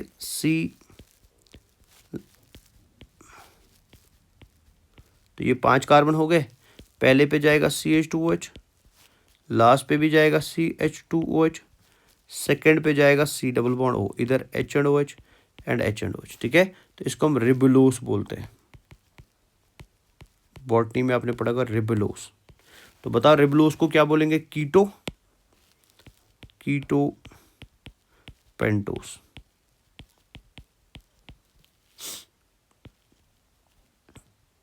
यहां तक क्लियर है? नेक्स्ट पे चलते हैं। This is again important for you, है ना, बिकॉज इसमें तो क्वेश्चन पूछा भी गया आपसे। तो ये हमारा हेक्सोस है। तो हेक्सोस की फॉर्मूला क्या आएगी? 6 कार्बन है, C6H12O6। तो इसमें आएंगे 2 एग्जाम्पल्स, बट आप समझ ही गए होंगे। इधर आएगा ग्लूकोज, इधर आएगा फ्रिक्टोस, है ना। तो क्या आप ग्लूकोज को बना सकते हैं? यस। कैसे? 5 कार्बन के बदले अब 6 लेंगे, 2 3 4 5 और 6, ठीक है। तो लास्ट पे जाएगा CH2OH, पहले पे जाएगा CHO, बाद में H and OH, H and OH, H and OH and H and OH। तो ये क्वेश्चन आपके एग्जाम में पूछा गया है। तो बताइए अब ग्लूकोज को क्या बोला जाएगा? तो glucose will be called as aldohexose, ठीक है। वैसे कीटोन बनाने के लिए बोलूं, फ्रुक्टोज का बोलूं, तो अगेन आख, तो ये हो गए 6 कार्बन CH2OH, यहाँ आएगा CHO, बाद में H and OH, sorry CH2OH, यहाँ पे आएगा CH2OH, यहाँ पे आएगा C डबल बॉन्ड O, बाद में H and OH, H and OH and H and OH। Clear है? तो बताइए इसको क्या बोला जाएगा? कीटोहेक्सोस, कीटोहेक्सोस। तो आप ऐसे क्वेश्चन को आराम से कर सकते हैं। डन। नाउ जो 7 कार्बन वाला मोनोसेकेराइड होता है वो खाली आपको एल्डिहाइड फॉर्म में मिलता है। वो कीटोन फॉर्म में आज तक 7 कार्बन वाला मोनोसेकेराइड हमें देखने को नहीं मिला। So that 7 carbon monosaccharide is called as sedoheptulose, ठीक है। तो ये आपके लिए होमवर्क है, इसका एल्डिहाइड वाला स्ट्रक्चर आप बना के लाएंगे। क्लियर है? तो यहाँ हमारे मोनोसेकेराइड्स क्या हो जाते हैं? खत्म। नाउ अब 3 मोनोसेकेराइड का थोड़ा सा आपको मतलब आई वुड से डिस्कशन दिया हुआ है थोड़ा थोड़ा सा, तो वो आप प्लीज़ याद रख देना। बाद में हम फिर सीधे डाइसेकेराइड शुरू करेंगे। तो सबसे पहले आप याद रखेंगे ग्लूकोज जो मोनोसेकेराइड है, इसका और एक नाम है एल्डोहेक्सोस। पहले तो ये याद रखेंगे। दूसरा ग्लूकोज है ना, इसको ग्रेप शुगर भी बोला जाता है, ग्रेप शुगर, बिकॉज ये आपको ग्रेप्स में, अंगूर में देखने को मिलता है। It is also called as blood sugar. बेटा glucose is also called as blood sugar. क्यों? बिकॉज हमारे ब्लड के अंदर जो प्राइमरी कार्बोहाइड्रेट है, प्राइमरी शुगर है, वो ग्लूकोज ही होता है। इसको मेन रेस्पिरेटरी शुगर भी बोला जाता है, सबस्ट्रेट भी बोला जाता है, बिकॉज हमारी बॉडी में ग्लाइकोलाइसिस के अंदर जो सबस्ट्रेट का काम करता है ना बेटा, वो ग्लूकोज ही होता है। That is also called as main respiratory sugar. इसका और एक नाम है डेक्सट्रोस, डेक्सट्रोस, ठीक है। क्यों? बिकॉज ये डेक्स्ट्रो रोटेटरी होता है, डेक्स्ट्रो रोटेटरी होता है। क्लियर है? फ्रुक्टोज के बारे में आपको याद रखना है, दुनिया में जो सबसे मीठा नेचुरल शुगर होता है वो फ्रुक्टोज होता है। तो fructose is the sweetest natural sugar, ठीक है। ये मेजरली आपको हनी में मिलता है एंड स्वीट फ्रूट्स में मिलता है। इस वजह से इसको फ्रूट शुगर भी बोला जाता है, फ्रूट शुगर भी बोला जाता है। क्लियर है? और इसको हम लेविलोस बोलते हैं, लेविलोस, लेविलोस भी बोलते हैं। वाई? बिकॉज ये लीवोरोटरी, ये डेक्स्ट्रोस है, डेक्स्ट्रो रोटरेटरी, ये लेविलोस है, लीवोरोटरेटरी, ठीक है ना। लास्ट पे आता है ग्लैक्टोस। ग्लैक्टोस हमारे ब्रेन के अंदर ज़्यादा पाया जाता है। तो ये चीज़ें याद रखना, glucose also called as grape sugar, blood sugar, respiratory sugar and dextrose. Fructose ये स्वीटेस्ट नेचुरल कार्बोहाइड्रेट है, हनी में, स्वीट फ्रूट्स में ज़्यादा पाया जाता है, इसलिए फ्रूट शुगर भी बोला जाता है। और ये लीवोरोटरेटरी होता है, इसके लेविलोस बोलते हैं। ग्लैक्टोज जो है ये नर्वस टिश्यू में अबंडेंट होता है, इसलिए ग्लैक्टोज को हम ब्रेन शुगर भी बोलते हैं। Very very important. क्लियर है? नाउ ये फैलिंग सोल्यूशन क्या है ये मैं आपको थोड़ी देर में बता देता हूँ। तो आई होप यहाँ तक क्लियर हो गया।